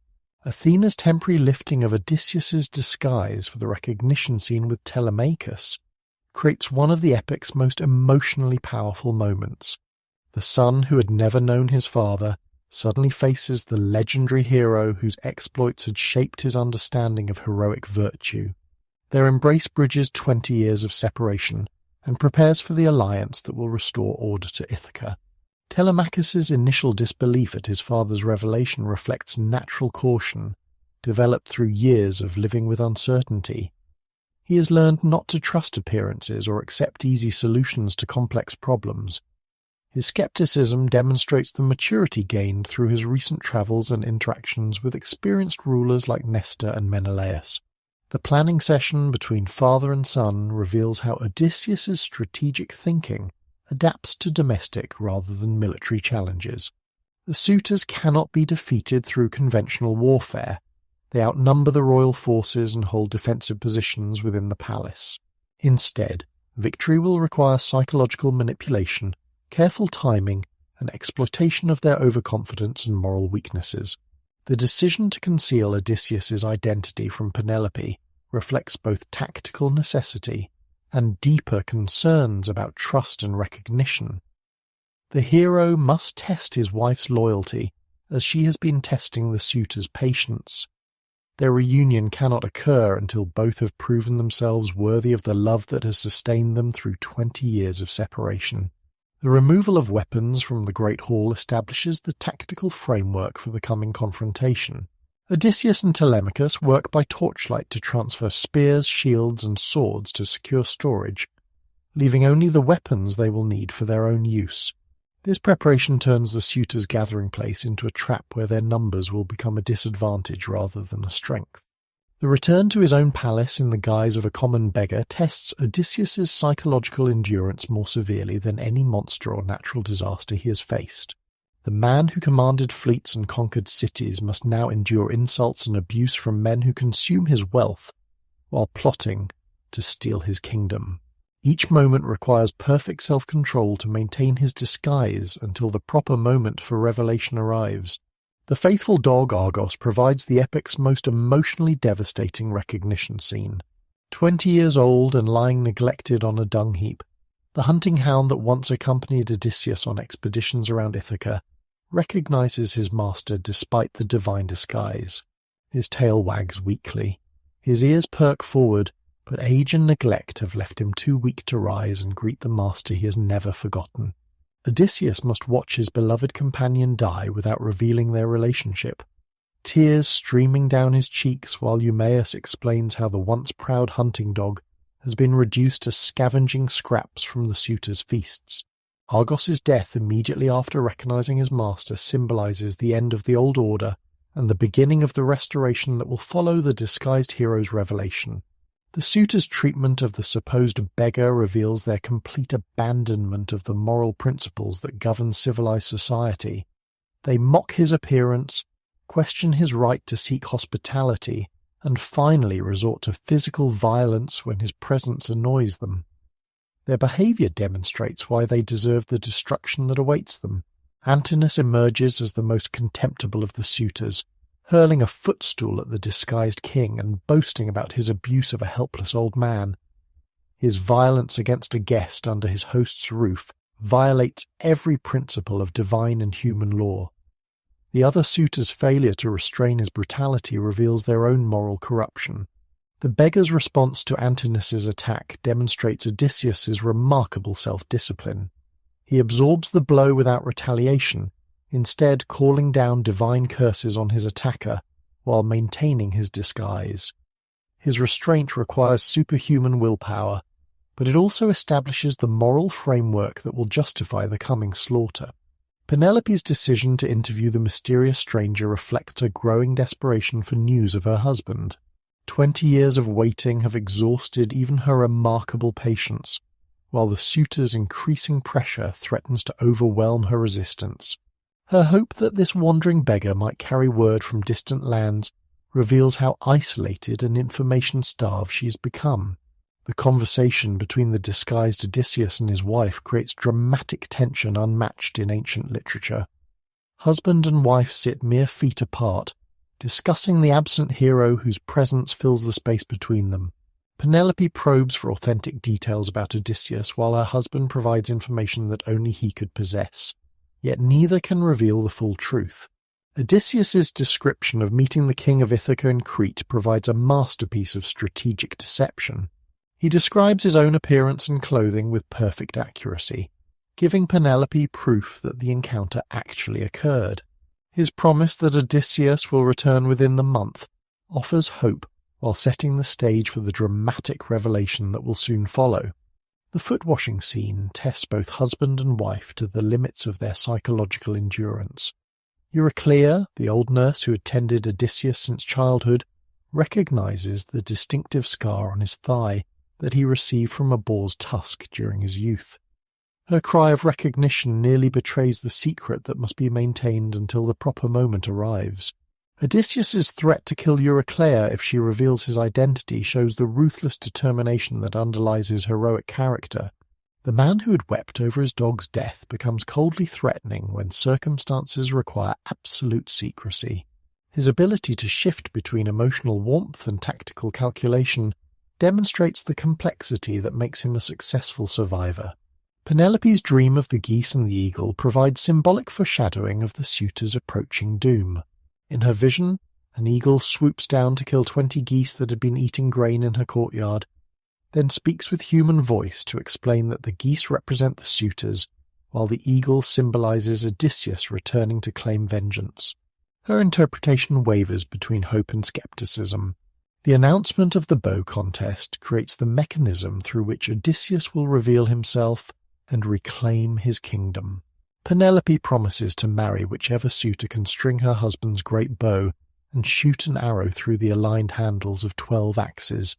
The contest appears to offer the suitors a fair chance at winning her hand while actually providing Odysseus with the perfect opportunity for dramatic revelation. The suitors' reaction to the contest announcement reveals their confidence that they can succeed where others have failed. They assume that physical strength will prove decisive, not understanding that the bow requires specific techniques mastered only through long practice. Their eagerness to attempt the challenge shows how completely they have underestimated the difficulties involved. Odysseus's request to be allowed to attempt the bow creates the crisis that will determine the epic's outcome. The suitors object violently to the idea that a common beggar should compete for the queen's hand, seeing his participation as both presumptuous and potentially humiliating to their own dignity. Their resistance provides the final proof of their unworthiness to rule Ithaca. The great bow of Odysseus hangs in the palace storeroom like a sleeping dragon waiting for the touch that will wake it to terrible life. Crafted by master craftsmen and seasoned by years of use, it requires not just strength to string, but the specific knowledge that comes from long familiarity with its balance and temperament. Penelope carries it to the great hall as both wedding prize and instrument of destiny. The Queen's proclamation transforms the daily revelry into a formal contest with the highest stakes imaginable. She will marry whoever can string the bow and shoot an arrow through the aligned handles of 12 double-headed axes arranged in a perfect line. The challenge appears straightforward, yet Penelope knows that only one man alive possesses the skill and knowledge necessary for success. The suitors approach the contest with the overconfidence that has marked all their actions. They oil their hands, warm the bow by the fire, and take turns attempting to bend the stubborn horn and wood into shooting position. One by one they fail, their strength proving inadequate to master the weapon that had been shaped to fit only one man's grip and technique. Antinous postpones his own attempt, suggesting that the contest be delayed until the next day when Apollo's favour might smile more kindly upon their efforts. His reluctance reveals growing awareness that none of them possesses the abilities needed to succeed. The delay also provides time for the anger and frustration that will make their coming destruction more complete. Odysseus's quiet request to attempt the bow creates the moment of crisis that will determine Ithaca's future. The suitors object furiously to allowing a common beggar to participate in a contest for the queen's hand. Their protests reveal not just arrogance, but fear that this stranger might somehow accomplish what they cannot. Penelope's support for the beggar's attempt demonstrates her intuitive understanding of the situation's deeper significance. She argues that allowing all comers to try the bow shows proper respect for divine will, while denying anyone the chance violates the principles of fair competition. Her words provide moral justification while protecting the contest from interference. Telemachus's assertion of authority over the weapons in his father's hall marks his final transformation from uncertain youth to confident prince. He orders his mother to retire to her chambers while the men complete the contest, claiming the right to decide who may attempt the bow. His newfound confidence prepares the way for the revelation that will vindicate his faith in his father's return. The moment when Odysseus first handles his own bow after 20 years of separation creates one of literature's most emotionally charged scenes. He examines the weapon like a musician checking a beloved instrument, testing its condition, and ensuring that moths or age have not weakened its structure. His gentle handling reveals intimate familiarity that contradicts his beggar's disguise. The ease with which Odysseus strings the bow astonishes everyone present except those who know his true identity. Where the suitors had struggled with maximum effort, he accomplishes the task as effortlessly as a skilled harper changing the string on his lyre. The comparison emphasizes that mastery comes from knowledge and experience rather than mere physical strength. The shot through the 12 axe handles demonstrates precision beyond normal human capability. The arrow flies true through the entire line without touching metal, proving that the archer possesses skills developed through decades of practice. The impossible accuracy announces to everyone present that they are witnessing supernatural talent. Odysseus's revelation of his true identity transforms the palace's atmosphere from festive competition to deadly confrontation. He strips away his beggar's rags while turning the great bow toward the suitors who had abused his hospitality and threatened his family.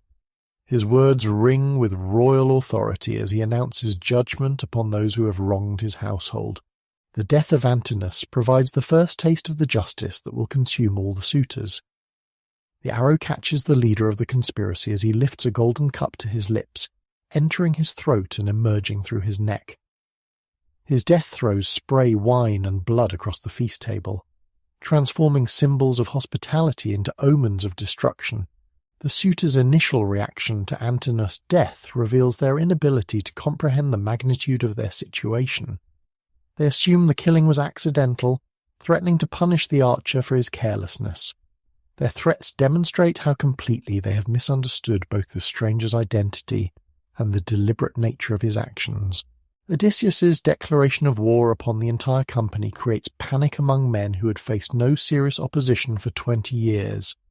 He announces that they will all die for their crimes against his household, their abuse of his servants, and their insults to his wife. His words carry the absolute authority of divine justice rather than merely human vengeance. Eurymachus's attempt at negotiation reveals the desperate cunning of men who suddenly find themselves facing extinction. He blames Antinous for leading the others astray, promises compensation for all damages, and begs for mercy in terms that acknowledge Odysseus's right to punish their crimes. His eloquence proves useless against predetermined justice. The battle in the Great Hall tests Odysseus and Telemachus against overwhelming numerical odds. Father and son position themselves in the doorway, using the narrow space to prevent the suitors from bringing their superior numbers to bear effectively. The tactical situation forces the enemy to attack in small groups that can be defeated individually. The intervention of Athena, disguised as Mentor, provides divine sanction for the slaughter while ensuring its successful completion. The goddess deflects spears thrown at Odysseus while inspiring him and Telemachus to superhuman combat effectiveness. Her presence transforms human conflict into cosmic justice, punishment ordained by divine will. The death of each major suitor receives individual attention, emphasizing that this is not random violence but specific justice tailored to individual crimes.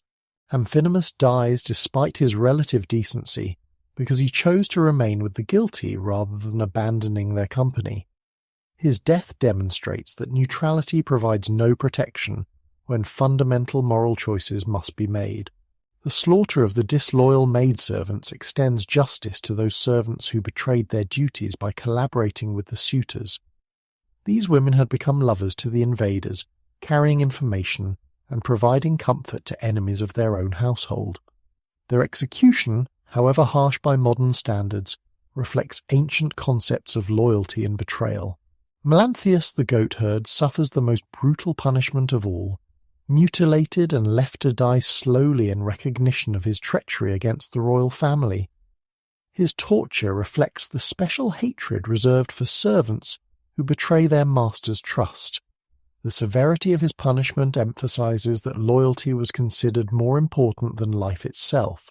The purification of the palace with sulfur and fire removes the spiritual pollution created by the massacre. Odysseus orders that the blood-stained hall be cleansed according to religious protocol, restoring the sacred space to its proper function. The ritual emphasizes that justice has been served according to divine law rather than merely human revenge. Euryclea's joy at the restoration threatens to wake the entire island with her celebratory cries. The old nurse who had recognized Odysseus by his scar now proclaims his triumph openly, calling for all the household to witness their master's return. Her emotional response balances the grim justice of the preceding slaughter with human warmth and relief. Penelope's skeptical response to news of Odysseus's return demonstrates the psychological caution developed through 20 years of disappointment and false hopes. She cannot immediately accept that her long ordeal has finally ended.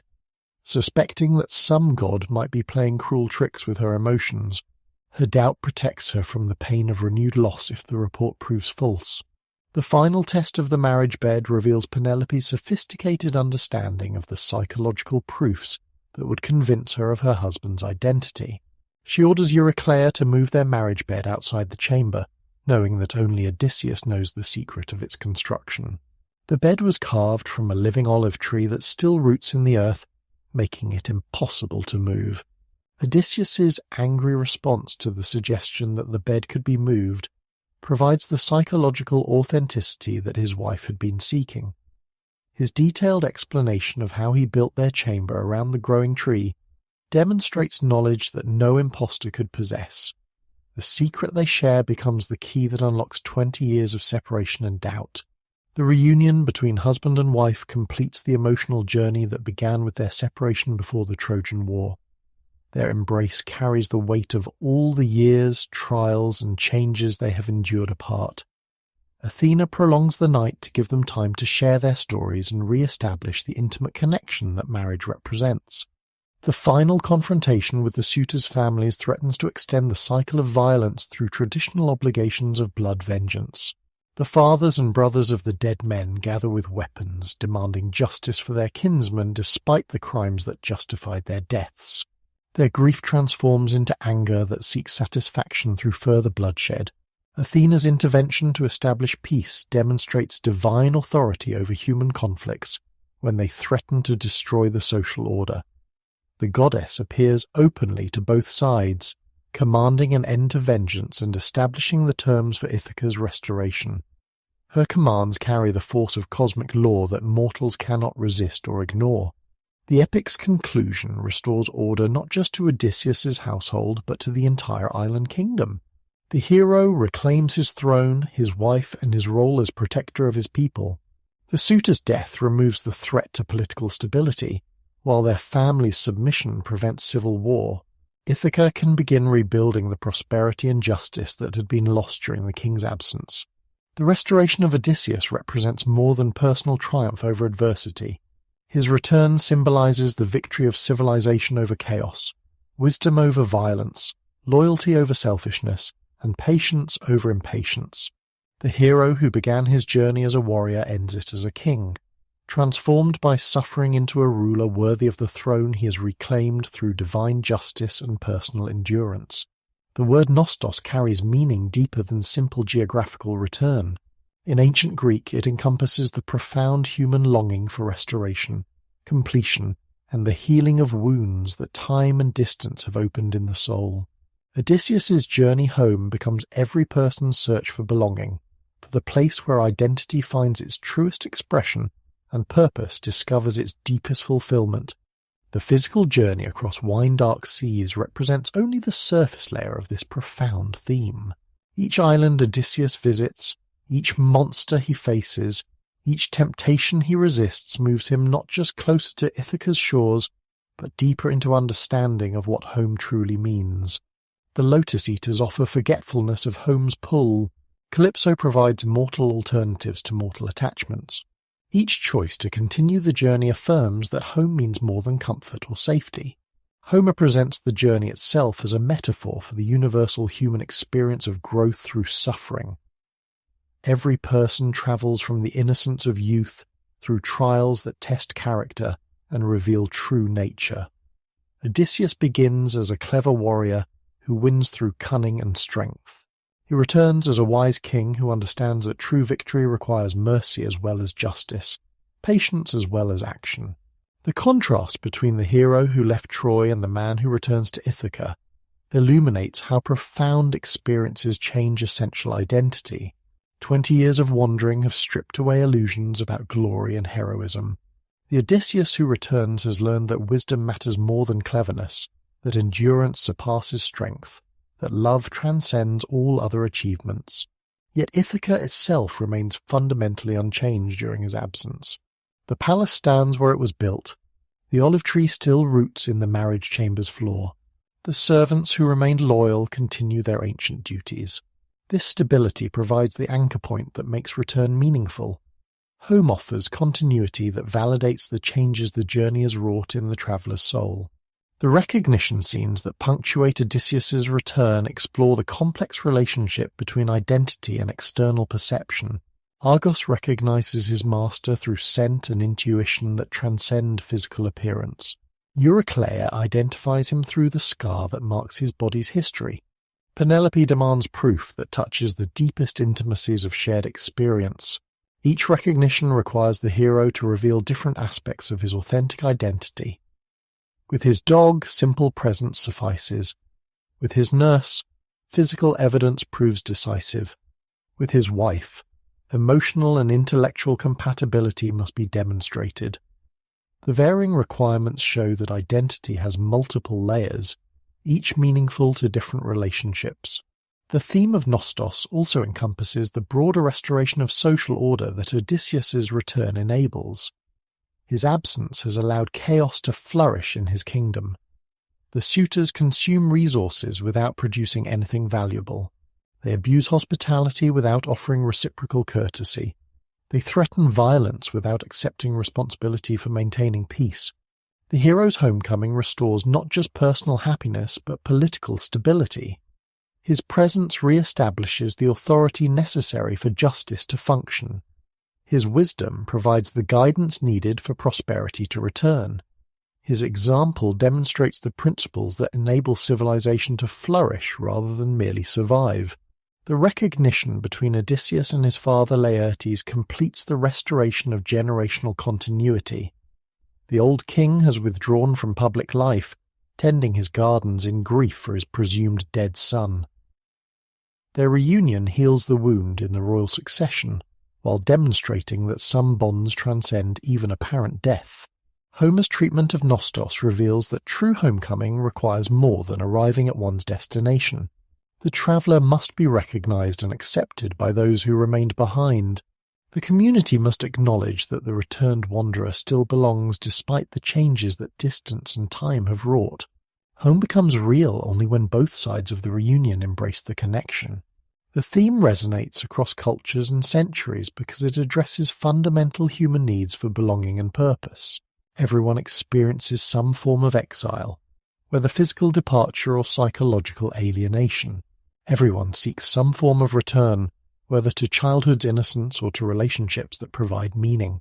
Odysseus's journey maps the territory that every human soul must traverse. The spiritual dimension of Nostos transforms geographical homecoming into metaphysical completion. Odysseus doesn't simply return to where he started, but arrives at a deeper understanding of what he has always possessed. His wanderings teach him to value what he had taken for granted: family, community, the simple pleasures of mortal existence. The epic's conclusion suggests that true Nostos creates new beginnings rather than mere restoration of previous conditions. Odysseus returns not to resume his old life, but to live more wisely based on hard-won experience. His homecoming enables growth rather than stagnation, transformation rather than repetition. The sacred laws of Xenia govern interactions between strangers in the ancient Mediterranean world with the force of divine commandment. These principles recognize that travelers exist in vulnerable states where normal social protections don't apply. Hospitality becomes a religious duty that connects human decency to cosmic order, making every act of kindness or cruelty a matter of spiritual significance. Homer presents Xenia as one of civilization's fundamental foundations. Societies that honor guest friendship demonstrate their connection to divine will and moral law.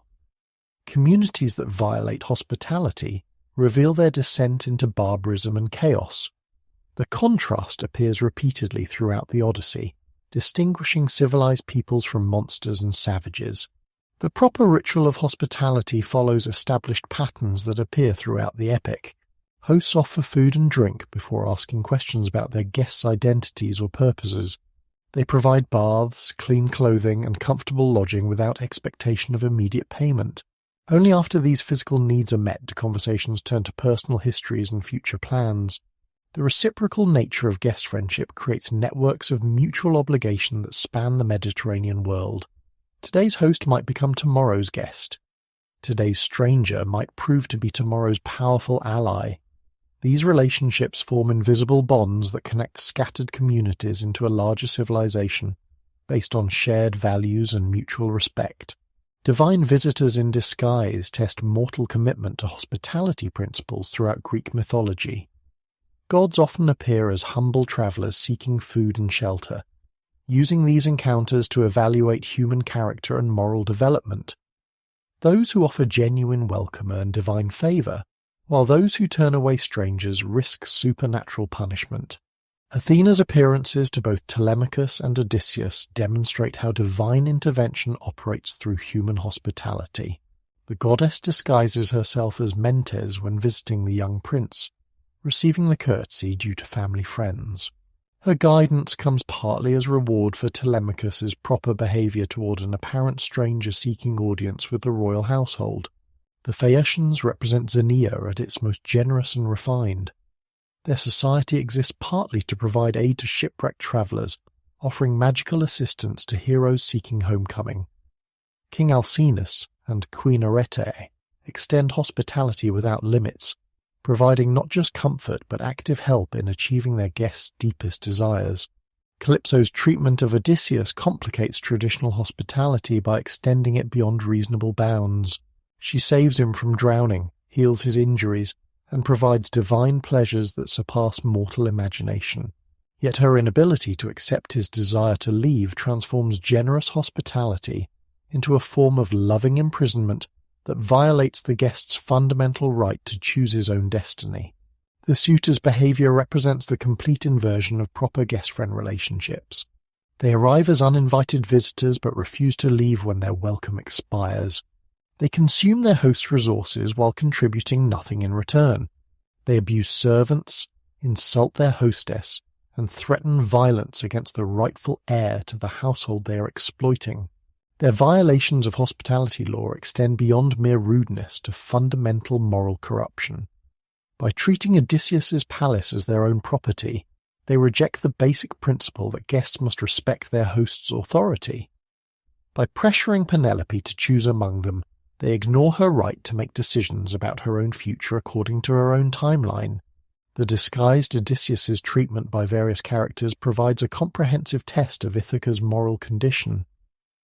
Eumaeus the swineherd offers genuine hospitality despite his humble circumstances, sharing his simple food and offering his own cloak to warm his guest.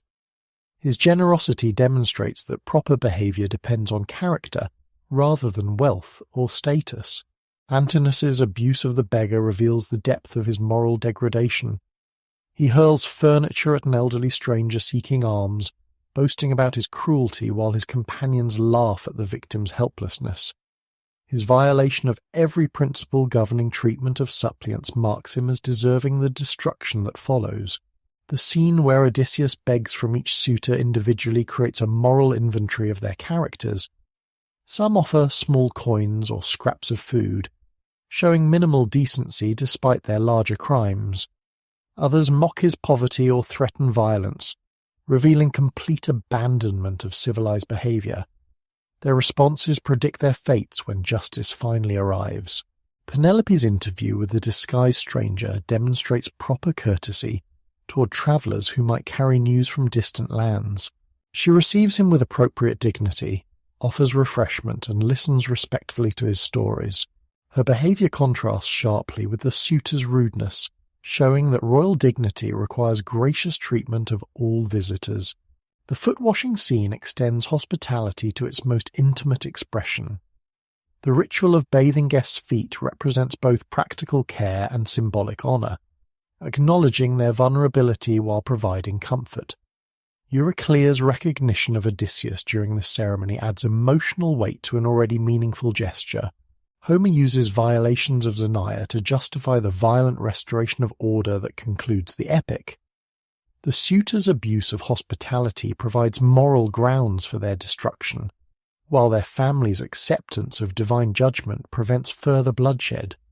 Their deaths serve as cosmic correction for fundamental violations of sacred law. The theme of guest friendship extends beyond individual relationships to encompass broader questions about how communities should treat outsiders. Societies that welcome strangers demonstrate confidence in their own values and strength.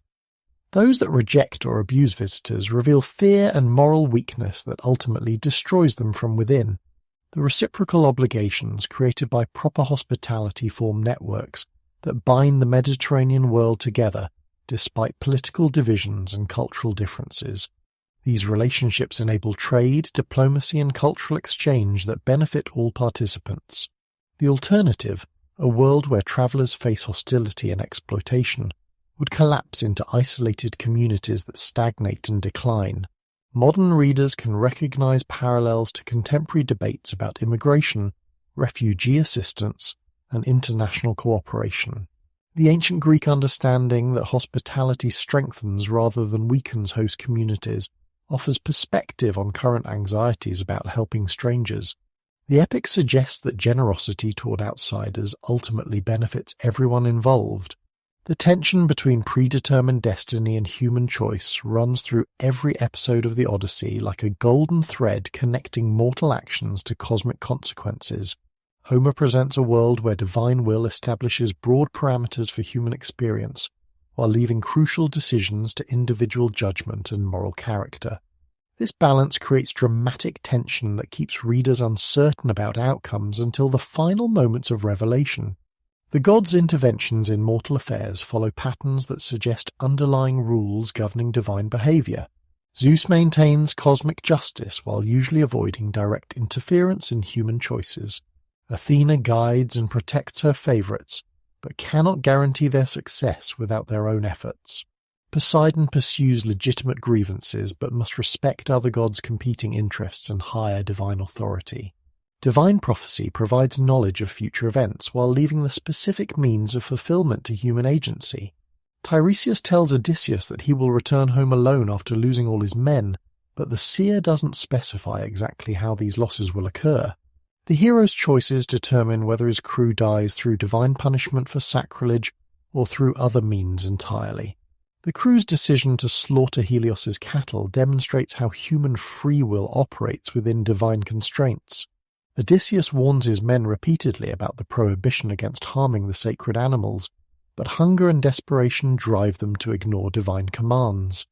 Their choice brings the predicted consequence, death by divine thunderbolt, while showing that mortals retain responsibility for their own destruction. Odysseus himself exercises free will in complex ways that sometimes align with divine purposes and sometimes conflict with divine preferences. His decision to reveal his identity to Polyphemus serves personal pride but violates practical wisdom, bringing Poseidon's curse upon his homecoming. Yet this same pride drives him to complete the difficult journey rather than accepting easier alternatives. The hero's rejection of Calypso's offer of immortality represents perhaps the epic's most profound exercise of free will. The nymph promises eternal youth, divine pleasures, and freedom from death itself. Odysseus chooses instead the uncertain prospect of return to mortal life, aging, and eventual death. His decision affirms that meaning matters more than duration, that love transcends safety. Human suffering in the Odyssey serves multiple purposes that illuminate the relationship between fate and choice. Sometimes pain comes as punishment for moral failures, as when the crew dies for violating divine prohibitions. Other times, suffering appears as testing that reveals and strengthens character, as in Odysseus's trials during his wanderings. The role of suffering in spiritual growth suggests that some hardships serve beneficial purposes, even when they feel unbearable to those experiencing them. Odysseus's 20 years of separation from home teach him patience, wisdom, and appreciation for simple pleasures that he had previously taken for granted. His trials transform him from a clever warrior into a wise king. Penelope's choices during her husband's absence demonstrate how free will operates under extreme constraints. She cannot simply reject the suitors without risking civil war and personal destruction.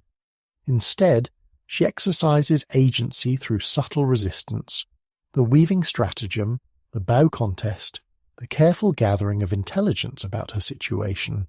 Her decisions require extraordinary psychological strength and intellectual sophistication. She must appear compliant while maintaining actual independence, seem weak while demonstrating remarkable resilience, appear indecisive while carefully controlling the timing of crucial events. Her success shows that even powerless individuals can exercise meaningful choice through creative applications of limited resources. Telemachus's coming-of-age journey illustrates how divine guidance and human effort combine to produce transformation. Athena inspires him to undertake the diplomatic mission to Pylos and Sparta, but the young man must find his own courage to speak with experienced kings. The goddess provides opportunities while the prince develops the skills needed to use them effectively. The recognition scenes throughout the epic explore how identity persists despite physical and circumstantial changes. Odysseus remains essentially himself despite 20 years of hardship, divine transformation, and accumulated experience. His fundamental character, the qualities that make him uniquely himself, proves more durable than external appearance or social position. The interplay between fate and free will becomes most complex in the epic's climactic episodes. Divine will ensures that justice will eventually triumph, but human choices determine exactly how that justice manifests. The suitors could have chosen to respect Penelope's reluctance and leave the palace peacefully, avoiding their violent destruction. Their decision to remain and intensify their pressure on the royal household brings the consequences that their own actions have earned. Divine justice operates through human psychology rather than supernatural intervention, allowing natural consequences to follow from moral choices. The gods don't arbitrarily destroy the suitors but allow their own behavior to bring about their doom. The theme suggests that fate operates less as rigid predetermination than as natural law, connecting actions to appropriate consequences. Good choices generally produce beneficial results, while evil choices bring suffering and destruction. The system isn't mechanically precise. Innocent people sometimes suffer while guilty individuals escape immediate punishment. But broad patterns of moral causation remain visible. This understanding of fate and free will offers comfort to readers facing their own difficult circumstances. The epic suggests that while individuals cannot control all the conditions they encounter, they retain meaningful power to choose their responses to those conditions. Character matters more than circumstances in determining ultimate outcomes. The Odyssey's resolution demonstrates how divine will and human choice can harmoniously align when mortals act according to moral principles. Odysseus's restoration comes not through arbitrary divine favour, but through his own persistence combined with the loyalty of those who never abandoned hope in his return. Justice triumphs because people choose to uphold justice despite personal cost.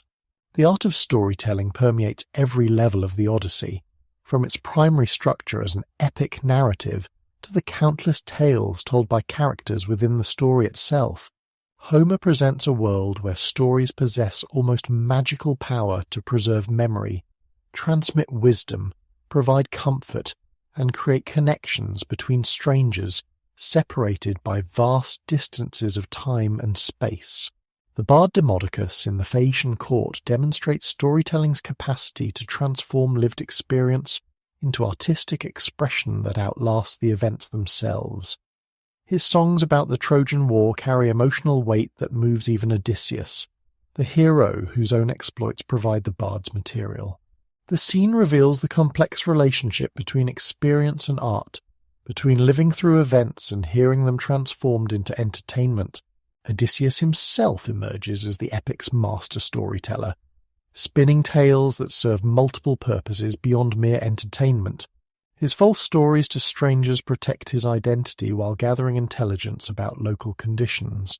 His accurate accounts of his adventures earn hospitality and assistance from those who appreciate heroic narratives. His ability to adapt his stories to different audiences demonstrates sophisticated understanding of rhetoric and psychology. The tale within a tale structure creates multiple layers of narrative that mirror each other in complex ways. Odysseus tells the Phaeacians about his encounters with various supernatural beings, while within those stories other characters tell him tales of their own experiences. This nested structure suggests that reality itself consists of interwoven stories, each person's narrative intersecting with countless others. Memory and storytelling work together to preserve both individual identity and cultural heritage. Odysseus maintains his sense of self through remembered stories of his past accomplishments and relationships. The broader Greek community preserves its values and history through the tales that bards carry from court to court, ensuring that important lessons survive the deaths of those who originally learned them. The immortality that song provides offers an alternative to the physical immortality that gods enjoy. Heroes who die in battle achieve a different form of eternal life through the stories that commemorate their deeds. Achilles' choice of glory over longevity reflects this understanding. Better to be remembered forever than to live long years in obscurity. Penelope's request for stories from the disguised Odysseus demonstrates how tales can provide comfort during periods of uncertainty and loss. She hungers for any news that might illuminate her husband's fate, but she also craves the connection to the wider world that travelling storytellers can provide.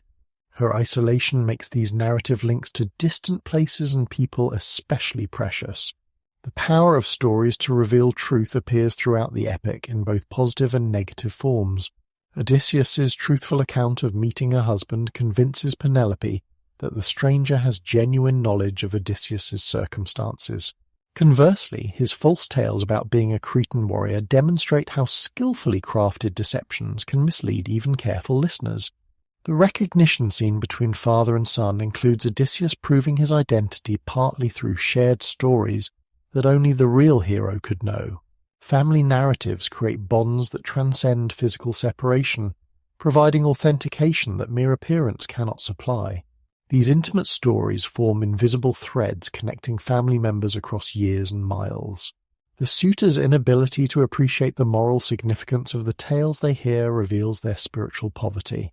When Demodocus sings of heroic virtue and divine justice, they focus only on the entertainment value while missing the ethical lessons embedded in the narratives. Their deafness to stories' deeper meanings foreshadows their inability to recognize the justice of their own destruction. Homer's treatment of his own role as epic poet creates another layer of reflexive storytelling. The Odyssey presents itself as the ultimate preservation of Odysseus's adventures, transforming the hero's experiences into immortal art that will inspire and instruct future generations. The poet claims divine inspiration from the muse while demonstrating thoroughly human craftsmanship in organizing and presenting his vast material. The theme of storytelling extends to questions about the relationship between truth and artistic representation. Homer's epic combines historically plausible elements with obvious fantasies, creating a narrative that feels emotionally authentic even when describing impossible events. This combination suggests that stories' value lies not in literal accuracy, but in their capacity to illuminate genuine human experiences.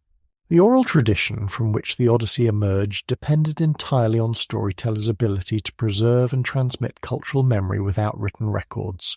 Master bards carried entire civilizations' worth of knowledge in their trained memories, making them living libraries whose death could erase irreplaceable information. Their social importance reflected storytelling's crucial role in maintaining cultural continuity. The epic's treatment of prophecy reveals another aspect of storytelling's power. Prophetic narratives describe future events as if they were stories already completed, suggesting that time itself might be understood as a vast narrative unfolding according to predetermined patterns. Tiresias's prophecy gives Odysseus knowledge of his future by treating it as a story already told. The final restoration of order on Ithaca depends partly on the stories that various characters tell about recent events. Odysseus must explain his return and justify his actions against the suitors.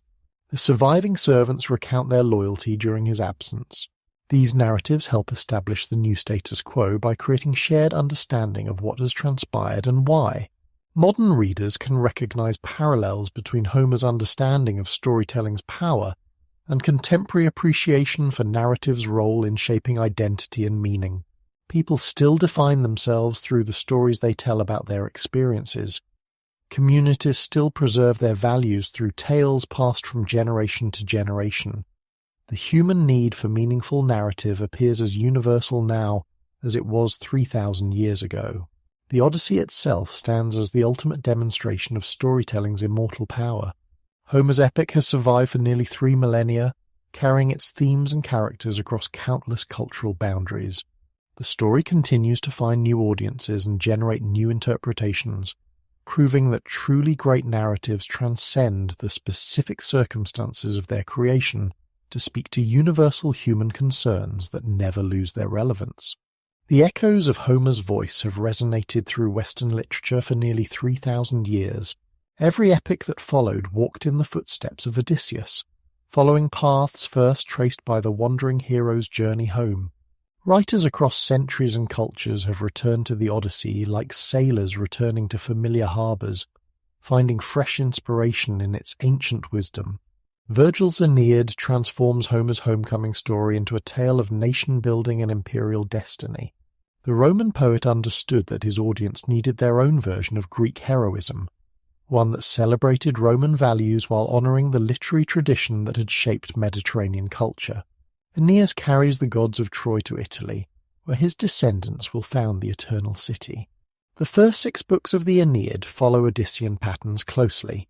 Aeneas wanders the Mediterranean after Troy's fall, encountering divine intervention, supernatural dangers, and tempting delays that threaten his mission. Like Odysseus, he must resist the allure of love that would keep him from his destiny. Dido's Passion offers the same choice between personal happiness and larger purpose that Calypso had presented to the Greek hero. Yet Virgil's epic differs fundamentally from its model in its conception of heroic duty. Odysseus fights to return to his existing home and family. Aeneas struggles to create a new home for his displaced people. The Greek hero's journey leads backward toward restoration. The Roman hero's path points forward toward transformation and growth. Dante's Divine Comedy draws inspiration from the Odyssey's journey to the underworld while expanding it into a complete cosmology of moral and spiritual development. The medieval poet sends his hero through hell, purgatory, and paradise, creating a Christian version of Odysseus's supernatural wanderings. Both journeys require divine guidance, supernatural endurance, and absolute commitment to reaching the final destination. The encounter with Ulysses in Dante's Inferno reveals the medieval poet's complex relationship with his classical predecessor. Dante's Odysseus appears as a damned soul punished for the deception of the Trojan horse, yet his speech about the final voyage beyond the Pillars of Hercules burns with heroic magnificence. The episode suggests both admiration for pagan heroism and awareness of its spiritual limitations. Dante's geography of the afterlife borrows structural elements from Homer's underworld journey, while transforming them according to Christian theology. Both heroes must cross water to reach the land of the dead. Both encounter shades who require blood or divine permission to speak. Both receive prophecies about their future from supernatural sources. The Renaissance rediscovered Homer through both Greek manuscripts and Latin translations, inspiring new waves of epic composition across Europe. Tasso's Jerusalem Delivered, Camoes's The Lusiads, and Spenser's Fairy Queen all echo Homeric themes while adapting them to contemporary concerns about religion, exploration, and national identity. James Joyce's Ulysses represents perhaps the most radical reimagining of the Odyssey in modern literature. The Irish novelist compresses Odysseus's 10-year journey into a single day in Dublin, following Leopold Bloom through encounters that parallel the ancient hero's adventures. Every episode corresponds to incidents from Homer's epic, yet everything has been transformed by the modern urban environment. Joyce's Leopold Bloom becomes a travelling salesman rather than a warrior king, yet he faces challenges that require the same qualities of endurance, resourcefulness, and moral courage that sustained his ancient predecessor. His wandering through Dublin streets mirrors Odysseus's wandering across Mediterranean waters. His eventual return home to Molly parallels the reunion with Penelope. The stream of consciousness technique that Joyce pioneered allows readers to experience the internal landscapes of his characters' minds. This psychological realism creates intimacy impossible in ancient epic, yet it serves similar purposes to Homer's external adventures. Both authors map the territories that human consciousness must traverse to achieve understanding and resolution. Margaret Atwood's Penelopiad retells the Odyssey from Penelope's perspective, questioning traditional assumptions about women's roles in heroic narratives. Atwood's Penelope speaks from the underworld, offering her own version of events that challenges Odysseus's masculine-centered account. The novel reflects contemporary interest in recovering women's voices from male-dominated historical narratives. Madeline Miller's Circe transforms the enchantress from a supporting character into the protagonist of her own story. Miller explores how immortal beings experience time, change, and relationship differently from mortals. The novel connects Circe's story to other Greek myths, while developing her character far beyond Homer's original presentation. These modern retellings demonstrate the Odyssey's continued relevance to contemporary concerns about identity, belonging, gender roles, and moral responsibility. Each generation finds new meanings in the ancient story, while preserving its essential insights about human nature and the search for home.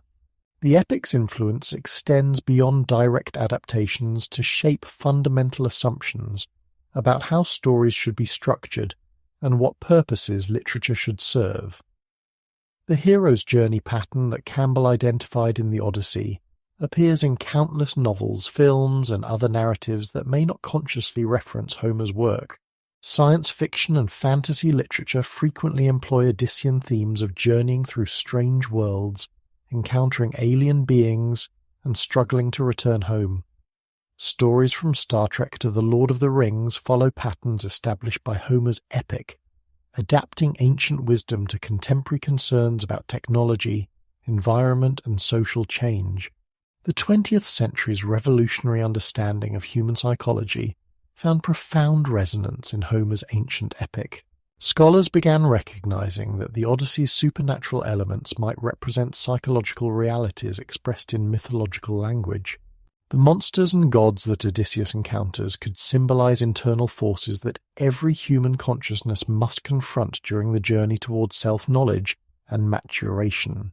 Carl Jung's analytical psychology identified archetypal patterns in the Odyssey that appear across cultures and historical periods. The wise old man appears in Nestor and Tiresias, offering guidance to heroes facing impossible challenges.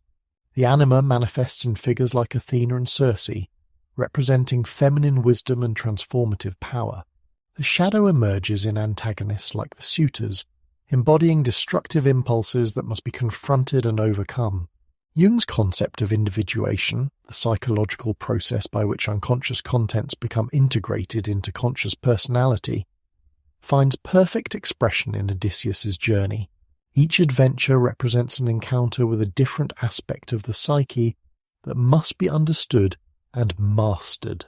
The hero's gradual transformation from impulsive warrior to wise king parallels the individual's development from unconscious instinct toward conscious choice. The encounter with the sirens becomes particularly significant in Jungian interpretation. The creatures represent the seductive power of unconscious contents that promise total knowledge but deliver destruction. Odysseus's solution, experiencing their song while remaining bound to his ship, suggests the proper relationship between consciousness and unconscious material. One must listen to the psyche's deepest voices without being overwhelmed by them. Joseph Campbell's work on comparative mythology identified the monomyth, a universal pattern underlying hero stories across all cultures. Campbell argued that these narratives describe the psychological journey that every individual must undertake to achieve full human development. The Odyssey provides one of the clearest examples of this universal pattern. Campbell's hero's journey begins with departure from familiar surroundings, continues through trials that test every aspect of character, and concludes with return bearing wisdom gained through suffering. This structure appears not only in ancient myths, but in modern stories from Star Wars to Harry Potter, suggesting that it reflects fundamental truths about human psychological development. The initiation phase of Campbell's monomyth corresponds to Odysseus's wandering years, when he encounters supernatural challenges that force him to discover resources he never knew he possessed. Each monster represents a different type of obstacle that consciousness must overcome. Each divine encounter reveals new aspects of spiritual reality that expand the hero's understanding. The return phase requires integration of extraordinary experiences into ordinary life. Odysseus cannot simply resume his former existence but must apply lessons learned during his wanderings to the practical challenges of ruling Ithaca. This integration represents the psychological work necessary to make transformative experiences beneficial rather than merely traumatic. Existentialist philosophers found in the Odyssey themes that resonated with their understanding of human freedom and responsibility. Odysseus faces choices that determine not only his survival, but his essential identity. His decisions reveal character while simultaneously creating that character through the act of choosing. The existentialist reading emphasizes Odysseus's radical freedom to define himself through action. He could choose to remain with Calypso, accepting immortality and abandoning human responsibility. He could surrender to despair during his trials, accepting defeat rather than continuing the struggle. Each moment presents opportunities to choose authenticity or bad faith, courage or cowardice. Sartre's concept of being for others finds expression in Odysseus's complex relationship with his crew. The hero must balance personal survival with responsibility for his men's welfare, yet he cannot force them to make wise choices. Their destruction results partly from his leadership failures, but also from their own moral weaknesses. The relationship illustrates the paradox of human interdependence within individual responsibility. Feminist literary criticism has provided new perspectives on Penelope's role that challenge traditional interpretations of her as merely the faithful wife waiting for her husband's return. Contemporary scholars recognize her as an active agent who exercises significant power within severe constraints, demonstrating forms of strength and intelligence that masculine-oriented readings had overlooked. Helene Foley's analysis reveals Penelope as a master strategist who preserves her household and maintains her autonomy through sophisticated psychological manipulation. The weaving trick represents more than simple delay tactics. It demonstrates creative intelligence applied to impossible circumstances. Her final test of Odysseus shows that she, not he, controls the timing and conditions of their reunion. Ruth Scottle's feminist reading emphasizes Penelope's function as moral center of the epic. While Odysseus wanders and changes, she remains constant in her values and commitments. Her faithfulness provides the stable foundation that makes his return meaningful. Yet this constancy requires tremendous strength and intelligence to maintain under extreme pressure. The feminist interpretation also examines how the epic's treatment of other female characters reveals ancient Greek attitudes toward women's power and agency. Athena exercises divine authority that surpasses any mortal man's capabilities, yet she must work through male agents to achieve her purposes in the human world. Circe possesses magical powers that could destroy or transform any hero, yet she ultimately serves Odysseus's purposes rather than her own. These interpretations demonstrate how great literature continues generating new meanings as readers bring different perspectives and concerns to familiar texts. The Odyssey's psychological richness allows it to speak meaningfully to contemporary understanding of human nature, while preserving its original insights about courage, loyalty, and the search for meaningful existence. The spade of the archaeologist has gradually illuminated the historical world that provided backdrop for Homer's mythical narrative. Bronze Age Greece emerges from excavated ruins as a sophisticated civilization capable of producing the heroes and conducting the wars that epic poetry celebrates. Physical evidence confirms many details that scholars once dismissed as pure fantasy, while revealing how poetic imagination transformed historical realities into timeless art. Heinrich Schliemann's excavations at Hisarlik in Turkey during the 1870s first demonstrated that Troy was more than mere legend. The enthusiastic amateur archaeologist discovered multiple layers of ancient cities, each built upon the ruins of its predecessor. His dramatic announcement that he had found Priam's treasure captured public imagination, while establishing archaeology's potential to verify literary sources. Schliemann's methods were crude by modern standards, and his interpretations often reflected wishful thinking rather than scientific analysis. He identified Bronze Age ruins with specific Homeric characters and events without sufficient evidence for such precise correlations. Yet his work established the crucial principle that Homer's geography contained genuine historical memories preserved through oral tradition. Subsequent excavations at Troy have revealed a complex urban centre that dominated the entrance to the Dardanelles for over a millennium. Troysic and Sevilla show evidence of destruction during the Late Bronze Age period when the Trojan War supposedly occurred. These levels contained imported Greek pottery, suggesting trade relationships or military contact with Mycenaean civilization. The archaeological evidence supports the possibility of a historical conflict between Greek and Trojan forces without confirming the specific details that Homer provides. The great city did control the strategic waterway between Europe and Asia. That city was destroyed multiple times during periods when Greek civilization possessed the resources for overseas military expeditions. The outline of historical possibility emerges even if legendary details remain unverifiable. Excavations on Ithaca itself have produced more modest but significant discoveries. Work at Pilicata has uncovered Bronze Age remains that could represent the settlement Homer describes as Odysseus's capital. The site occupies a strategic position overlooking the sea, with defensive advantages that would appeal to ancient rulers. Pottery fragments and tool remains suggest occupation during the period when the epic's events supposedly occurred. The archaeological record reveals no palace complex grand enough to match Homer's descriptions of Odysseus's royal residence. This absence might reflect the epic's poetic exaggeration of historical reality, or it might indicate that the most impressive remains lie undiscovered beneath later constructions. The island's limited size and resources suggest that any historical kingdom would have been modest compared to mainland powers like Mycenae or Pylos. Arthur Evans' excavations at Knossos in Crete revealed the sophisticated Minoan civilization that preceded and influenced Mycenaean culture. The palace complex, with its elaborate frescoes, advanced plumbing, and evidence of writing systems, demonstrates that Bronze Age Mediterranean civilizations achieved remarkable levels of sophistication. These discoveries provide context for understanding the material culture that Homer describes. The discovery of Linear B tablets at Pylos and other Mycenaean sites proved that Bronze Age Greeks possessed writing systems capable of maintaining administrative records. The tablets reveal palace bureaucracies that managed extensive agricultural and craft production, maintained military forces, and conducted diplomatic relations with neighbouring kingdoms. This evidence confirms that Homer's descriptions of palace life reflect historical realities, even if specific details are poeticized. Archaeological evidence for seagoing vessels from the Bronze Age supports the epic's emphasis on maritime travel and trade.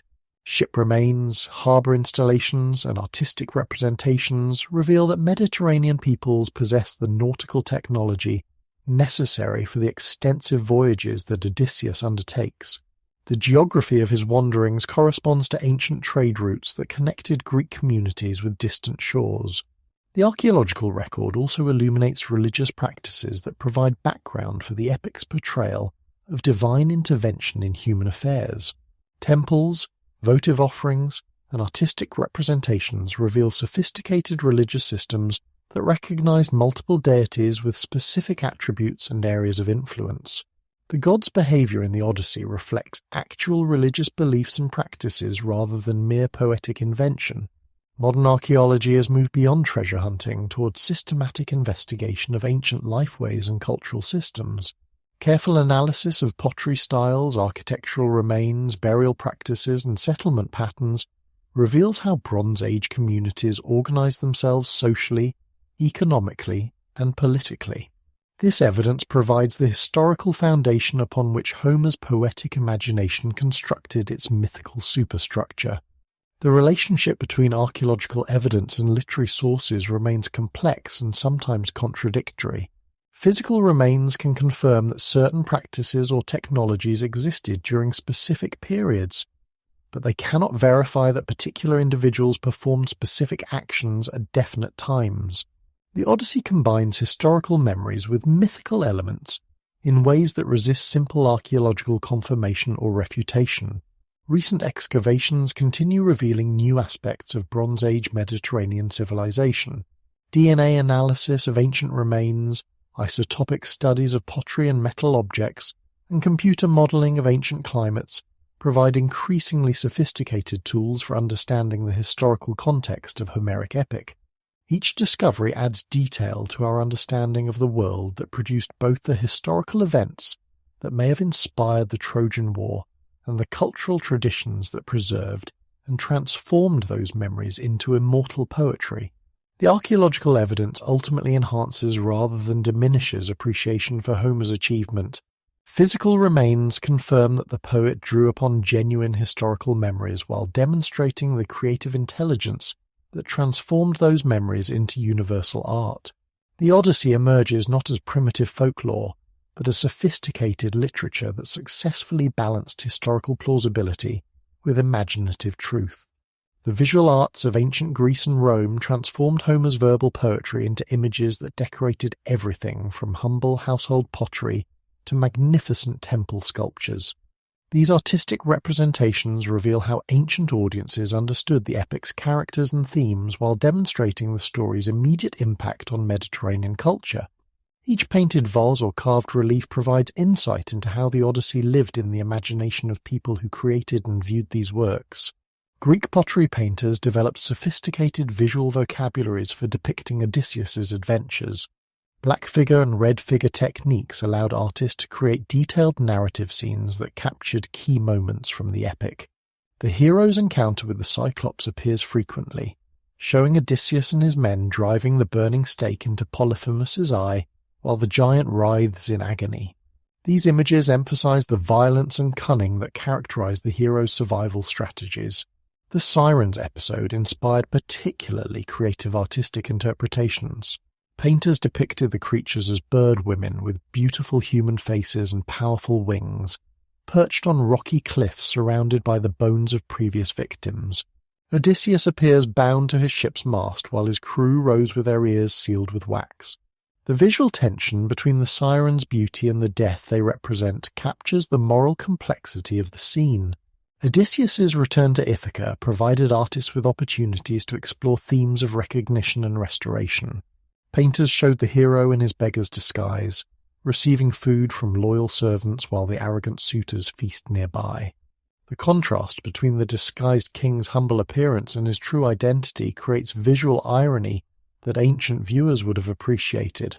The slaughter of the suitors inspired dramatic scenes that combined violence with justice. Artists depicted Odysseus drawing his great bow, while the suitors scramble for weapons that have been removed from the hall. Blood spatters across the floor as the hero's arrows find their marks. These images celebrate violent justice while demonstrating the consequences of moral failure. Roman artists adapted Greek themes while adding their own cultural perspectives to Homeric subjects. Mosaic floors in wealthy Roman homes often featured Odyssey scenes that provided sophisticated entertainment for educated viewers. The mosaics combined mythological subjects with decorative patterns, creating artworks that were both beautiful and narratively meaningful. Roman wall paintings, particularly those preserved at Pompeii and Herculaneum, show how Homeric themes were integrated into domestic decoration. Families chose scenes from the Odyssey to adorn their private spaces, suggesting that the epic's themes of homecoming and family loyalty held personal significance for Roman audiences. These paintings make mythology part of daily life rather than distant entertainment. The visual narrative tradition that developed around the Odyssey established conventions that influenced Western art for centuries. Artists learned to compress complex literary episodes into single images that could convey both action and meaning to viewers familiar with the story. This skill in narrative compression became fundamental to European artistic education and practice. Sculptural representations of Odyssey themes appeared on temples, public buildings, and private monuments throughout the ancient Mediterranean. Relief sculptures showed key episodes arranged in sequence, creating visual narratives that parallels written literature. These public artworks ensured that Homeric themes remained visible parts of civic culture, rather than merely private entertainment.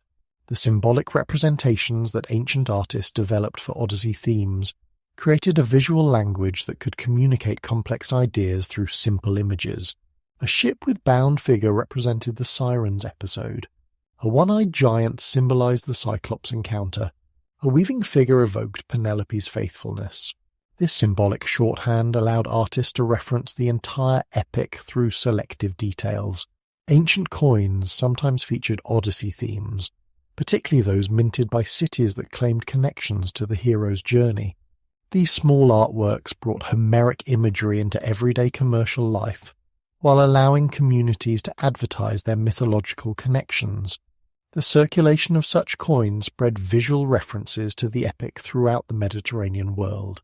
Theatrical productions of Odyssey episodes, though only fragmentarily preserved in artistic representations, demonstrate how the epic influenced ancient dramatic arts.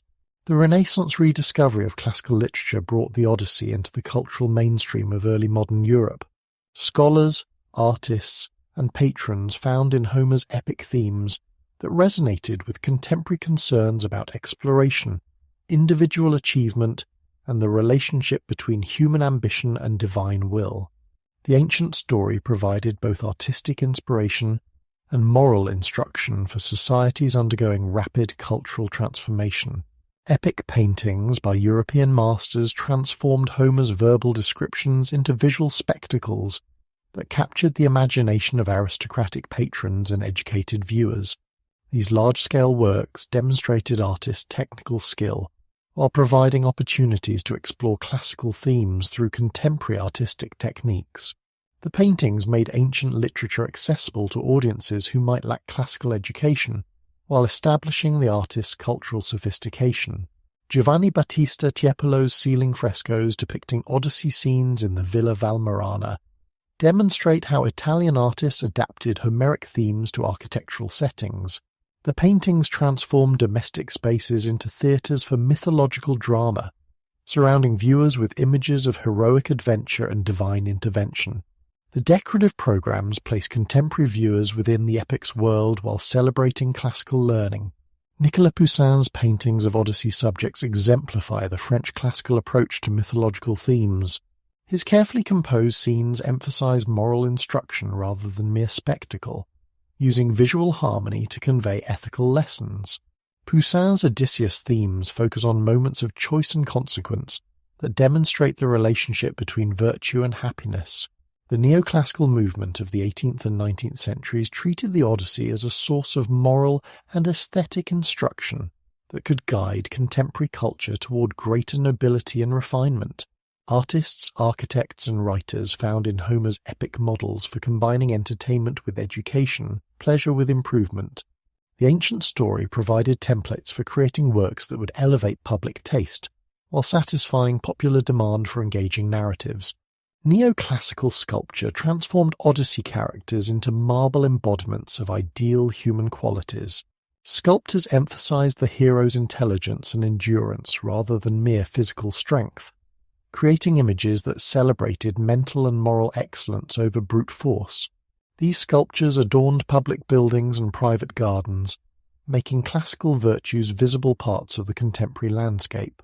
The grand tour that educated young Europeans undertook during the 17th and 18th centuries often included visits to sites associated with Homeric geography. Travellers sought to experience firsthand the landscapes that had inspired ancient poetry, connecting literary imagination with physical reality. These journeys strengthened cultural connections between contemporary Europe and classical antiquity. Classical education in European schools made the Odyssey a fundamental text that every educated person was expected to know. Students learned Greek through Homer's poetry, absorbing both linguistic skills and cultural values that would shape their understanding of literature, history, and human nature. This educational system ensured that Homeric themes remained current in intellectual discourse. The Romantic movement of the late 18th and early 19th centuries discovered new meanings in the Odyssey that emphasized individual emotion and subjective experience over universal moral instruction. Romantic artists and writers found in Odysseus's journey a celebration of personal growth through encounter with the sublime and terrible aspects of natural and supernatural forces. Lord Byron's poetry frequently references Odyssean themes while adapting them to contemporary concerns about individual freedom and social constraint. Byron's heroes face journeys of self-discovery that parallel Odysseus's wanderings while reflecting 19th century concerns about personal authenticity and social responsibility. The ancient story provides a framework for exploring modern psychological and social issues. John Flaxman's line drawings illustrating the Odyssey created visual interpretations that influenced artistic representations for generations. His economical style captured essential narrative moments while allowing viewers to supply emotional and contextual details through their own imagination. These drawings democratized access to classical themes by making them available through inexpensive reproductions. The architectural revival of classical forms during this period often incorporated Odyssey themes into decorative programs for public and private buildings. Architects used relief sculptures, painted decorations, and symbolic motifs to create environments that celebrated classical learning while serving contemporary functions. These buildings made ancient themes part of modern urban landscapes. Opera composers found in the Odyssey dramatic situations that could showcase musical and vocal virtuosity while telling compelling stories. Monteverdi's Il ritorno d'Ulisse in Patria demonstrates how Baroque composers adapted Homeric themes to contemporary theatrical conventions, creating works that combined classical subjects with modern artistic techniques. The 20th and 21st centuries have witnessed an explosion of Odyssey adaptations across every form of popular media. Film, television, video games, and digital media have transformed Homer's ancient epic into contemporary entertainment that reaches audiences far beyond traditional literary culture. These adaptations reveal how enduring themes of journey, homecoming, and personal transformation continue resonating with modern sensibilities. Hollywood's approach to the Odyssey has produced films that range from faithful adaptations to loose inspirations that transfer classical themes to contemporary settings. The 1954 film Ulysses, starring Kirk Douglas, attempted a relatively faithful translation of Homer's story to cinema, using Mediterranean locations and period costumes to create visual authenticity. The film's success demonstrated that ancient stories could attract modern audiences when presented with appropriate spectacle and emotional engagement. The Coen brothers' O Brother, Where Art Thou transposes the Odyssey to Depression-era American South, following three escaped convicts as they journey through a landscape filled with characters and situations that parallel Homer's original.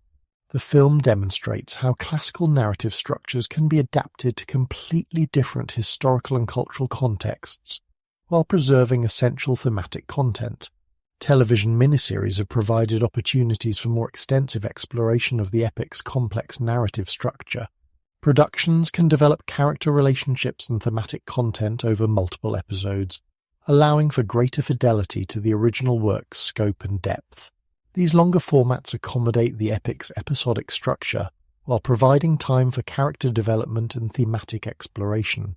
The 1997 television miniseries The Odyssey, starring Armando Sante, provided a lavish production that attempted to capture both the adventure and psychological complexity of Homer's original. The production used extensive special effects to bring supernatural elements to life while emphasizing the human relationships that provide the story's emotional center. Video games have created interactive versions of the Odyssey that allow players to experience the hero's journey firsthand. These games transform passive literary consumption into active participation, requiring players to make strategic decisions and overcome challenges that test skills analogous to those Odysseus displays in the original epic. Assassin's Creed Odyssey places players in an historically accurate recreation of ancient Greece, allowing them to explore landscapes and encounter characters from classical mythology. The game combines entertainment with education, providing detailed historical information while creating engaging gameplay experiences. Players learn about ancient culture through immersive participation rather than passive study. Musical interpretations of the Odyssey have ranged from classical compositions to popular music that adapts Homeric themes to contemporary styles. Composers find in the epic's structure and themes material for complex works that can showcase both technical skill and emotional expression. The concept album The Lamb Lies Down on Broadway by Genesis incorporates Odyssean themes of journey and transformation into progressive rock format. The music creates sonic landscapes that parallel the hero's adventures while exploring psychological themes that resonate with contemporary audiences. Contemporary literature continues producing adaptations that reimagine the Odyssey for modern readers. These works often focus on previously marginal characters or explore themes that Homer's original treatment handled briefly or implicitly. Modern adaptations frequently emphasize psychological realism and social criticism while preserving the original's narrative power. Pat Barker's The Silence of the Girls and Madeline Miller's Circe exemplify how contemporary writers use classical sources to explore gender, power, and agency in ways that speak to current social concerns.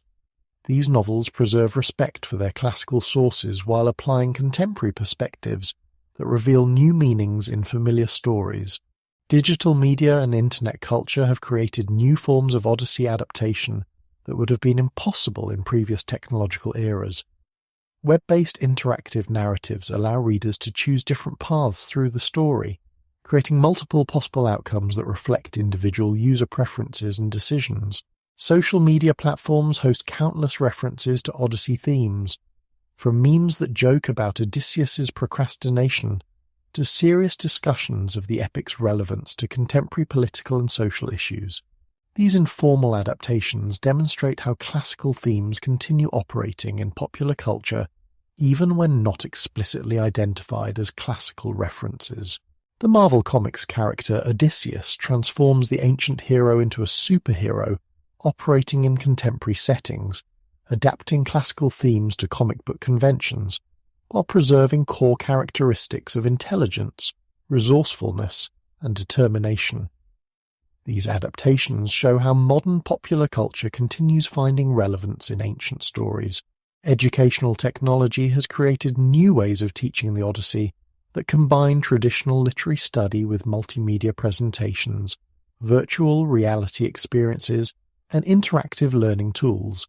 These approaches make classical literature accessible to students who might struggle with traditional textual analysis, while preserving the cultural and educational value that has made the epic a cornerstone of Western education. The continuing proliferation of Odyssey adaptations across all media demonstrates the story's enduring power to speak to universal human concerns about identity, belonging, moral choice, and personal growth. Each new adaptation discovers fresh meanings in the ancient narrative while contributing to the cultural conversation that has surrounded Homer's epic for nearly 3 millennia. The Wine-Dark Sea continues carrying new generations of readers and viewers toward their own understanding of what it means to journey far from home and find the way back to what matters most. As we reach the end of our journey through Homer's immortal epic, the wine-dark sea grows calm beneath starlight that has guided travellers for 3,000 years. The story that began with a hero trapped on a distant island concludes with understanding why this ancient tale continues speaking to human hearts across the vast ocean of time. The Odyssey endures because it maps territories of the soul that every person must navigate. The universal themes of journey and return resonate in every human life. We all leave home in some form. We all face challenges that test our character and resolve. We all seek the path back to what matters most. Odysseus's 20-year struggle to reach Ithaca mirrors our own efforts to find belonging in a world that often seems hostile to our deepest needs and highest aspirations. Every person experiences exile, whether physical or spiritual. The college student leaving for university, the immigrant seeking new opportunities, the individual recovering from trauma or loss. All follow paths that echo Odysseus's wandering. The epic provides a map for these journeys, showing how persistence and wisdom can overcome seemingly impossible obstacles. The theme of homecoming speaks to longings deeper than geography. Home represents the place where we are fully known and completely accepted, where our truest self can emerge without pretense or fear. Odysseus's return to Ithaca symbolizes every person's search for authentic belonging, for relationships that honor both who we have been and who we are becoming. The complexity of human nature that Homer reveals in his hero continues fascinating readers because it reflects our own contradictions and possibilities. Odysseus displays both admirable virtues and troubling flaws. He shows compassion and cruelty, wisdom and foolishness, loyalty and selfishness. This psychological realism makes him eternally human rather than impossibly heroic. Modern readers recognize themselves in Odysseus's struggles with pride and humility, courage and caution, independence and interdependence. His mistakes teach us about the consequences of poor choices. His successes inspire us to persist through our own difficulties. His growth demonstrates that suffering can produce wisdom when we remain open to its lessons. The search for meaning in suffering provides perhaps the epic's most profound gift to human understanding. Homer doesn't suggest that pain serves no purpose, or that hardship should be avoided at all costs. Instead, he shows how trials can refine character, develop capabilities, and deepen appreciation for life's genuine treasures. Odysseus's wanderings transform him from a clever warrior into a wise king. Each encounter teaches lessons that prepare him for greater challenges ahead. His final victory comes not through the strength that won battles at Troy, but through the patience, humility, and strategic thinking that his sufferings have developed. The power of love and loyalty shines through every episode of the epic like golden thread woven through dark fabric. Penelope's faithfulness provides the anchor that makes Odysseus's return meaningful. Telemachus's devotion gives the hero a legacy worth preserving. The loyalty of servants like Eumaeus and Euryclea demonstrates that love can transcend social boundaries and survive the test of time. These relationships remind us that human connection provides life's deepest satisfactions. No achievement, no pleasure, no accumulation of wealth or power can substitute for the bonds that unite hearts across distance and years. The epic celebrates these connections while showing the sacrifices they require and the joy they ultimately provide. The ancient wisdom that flows through Homer's verses offers guidance that remains remarkably relevant to contemporary challenges. The obstacles that Odysseus faces, temptation, discouragement, betrayal, loss, appear in different forms but with similar psychological impact in modern life. His strategies for overcoming these difficulties provide templates that can be adapted to current circumstances. Resilience in the face of adversity stands as perhaps the epic's most practical lesson. Odysseus endures 20 years of separation from everything he loves most. He survives shipwrecks, monsters, and divine opposition. He maintains hope when logic suggests despair. His example shows that persistence often matters more than initial advantages or natural gifts. Modern readers facing career setbacks, relationship difficulties, health challenges, or financial pressures can draw strength from the hero's example. His journey demonstrates that temporary defeats need not become permanent failures. Each setback can become preparation for eventual triumph if we maintain courage and continue learning from our experiences. The importance of home and family emerges as a counterweight to contemporary culture's emphasis on individual achievement and material success. Odysseus rejects immortality and divine pleasures to return to his mortal wife and aging father. His choice suggests that relationships provide satisfactions that no external accomplishment can match. In an age when career demands often separate families, and technological distractions can isolate individuals even when physically present, the epic celebration of domestic bonds offers needed perspective. The hero's journey gains meaning from his destination. His adventures matter because they lead toward reunion with those he loves. The dangers of pride and excess appear throughout the epic as warnings about character flaws that can destroy even heroic individuals. Odysseus's boast to Polyphemus brings divine curses that extend his wanderings. His crew's inability to control their appetites leads to their destruction. These examples show how moral failures can have consequences far beyond their immediate effects. Modern readers can recognize parallel dangers in their own temptations toward arrogance, greed, or self-indulgence. The epic suggests that success requires not just external achievements, but internal discipline. Character matters more than circumstances in determining ultimate outcomes. The value of wisdom over strength provides crucial guidance for navigating complex contemporary challenges. Odysseus succeeds not through superior force, but through superior understanding. He studies his opponents, adapts his strategies to changing circumstances, and chooses his battles carefully. His mental flexibility proves more valuable than physical prowess. In a world where problems often seem too large for individual solutions, the hero's example offers hope that intelligence and persistence can overcome apparently hopeless situations. Creative thinking and patient effort can achieve what direct confrontation cannot. The epic celebrates the power of human reason applied with moral purpose. The Odyssey lives as more than historical artifact or literary monument. It continues growing through each new reader's encounter with its timeless themes. Every generation discovers fresh meanings in the ancient story while adding their own interpretations to the vast conversation that surrounds Homer's work.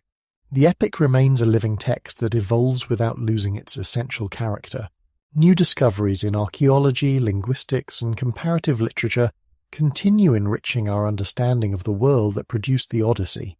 Each excavation reveals additional details about Bronze Age Mediterranean civilization. Every newly deciphered text provides context for understanding how ancient audiences experienced Homer's poetry. These discoveries add depth to our appreciation without diminishing the story's mysterious power. Modern psychological and anthropological insights offer new ways of understanding the epic's characters and themes. Contemporary knowledge about trauma, resilience, and human development illuminates aspects of Odysseus's journey that previous generations might have overlooked. These interpretations expand rather than replace traditional readings, creating multiple layers of meaning. The eternal appeal of the hero's journey ensures that the Odyssey will continue inspiring new adaptations and interpretations. Each medium that emerges, from film to video games to virtual reality, offers new possibilities for experiencing the ancient story. Technology changes, but human needs for meaning, connection, and hope remain constant. Future readers will undoubtedly find aspects of the epic that speak to their particular circumstances and concerns. They will discover new relevance in familiar episodes while creating fresh connections between ancient wisdom and contemporary challenges. The story's capacity for renewal appears as inexhaustible as the wine-dark sea itself. Homer's gift to humanity transcends entertainment or education. The Odyssey provides a language for discussing fundamental questions about human nature, moral responsibility, and the search for meaningful existence. It offers comfort during difficult times while inspiring courage for necessary journeys. It connects us to the vast community of readers who have found guidance in its verses. As sleep draws near and consciousness drifts toward dreams, the echo of Homer's voice continues across the centuries. The wine-dark sea rolls on beneath eternal stars. The hero's journey never truly ends but transforms into new adventures, for each soul brave enough to leave familiar shores in search of deeper truth. Somewhere tonight, someone discovers the Odyssey for the first time. Someone else returns to it seeking comfort or insight. The ancient bard's song weaves through time like golden thread, connecting all who have ever felt lost and longed for home. The story continues because the journey continues. The journey continues because hope continues. And hope continues because love, like Homer's immortal verses, proves stronger than time, distance, or death itself. The wine-dark sea whispers its ancient secrets to new shores. The rosy-fingered dawn touches fresh horizons. The hero's heart beats with eternal rhythms in every soul that dares to dream of home. The song continues, and will continue, as long as human hearts remember what it means to love, to lose, to wander, and to find the way back to what matters most in this brief, precious gift of mortal life.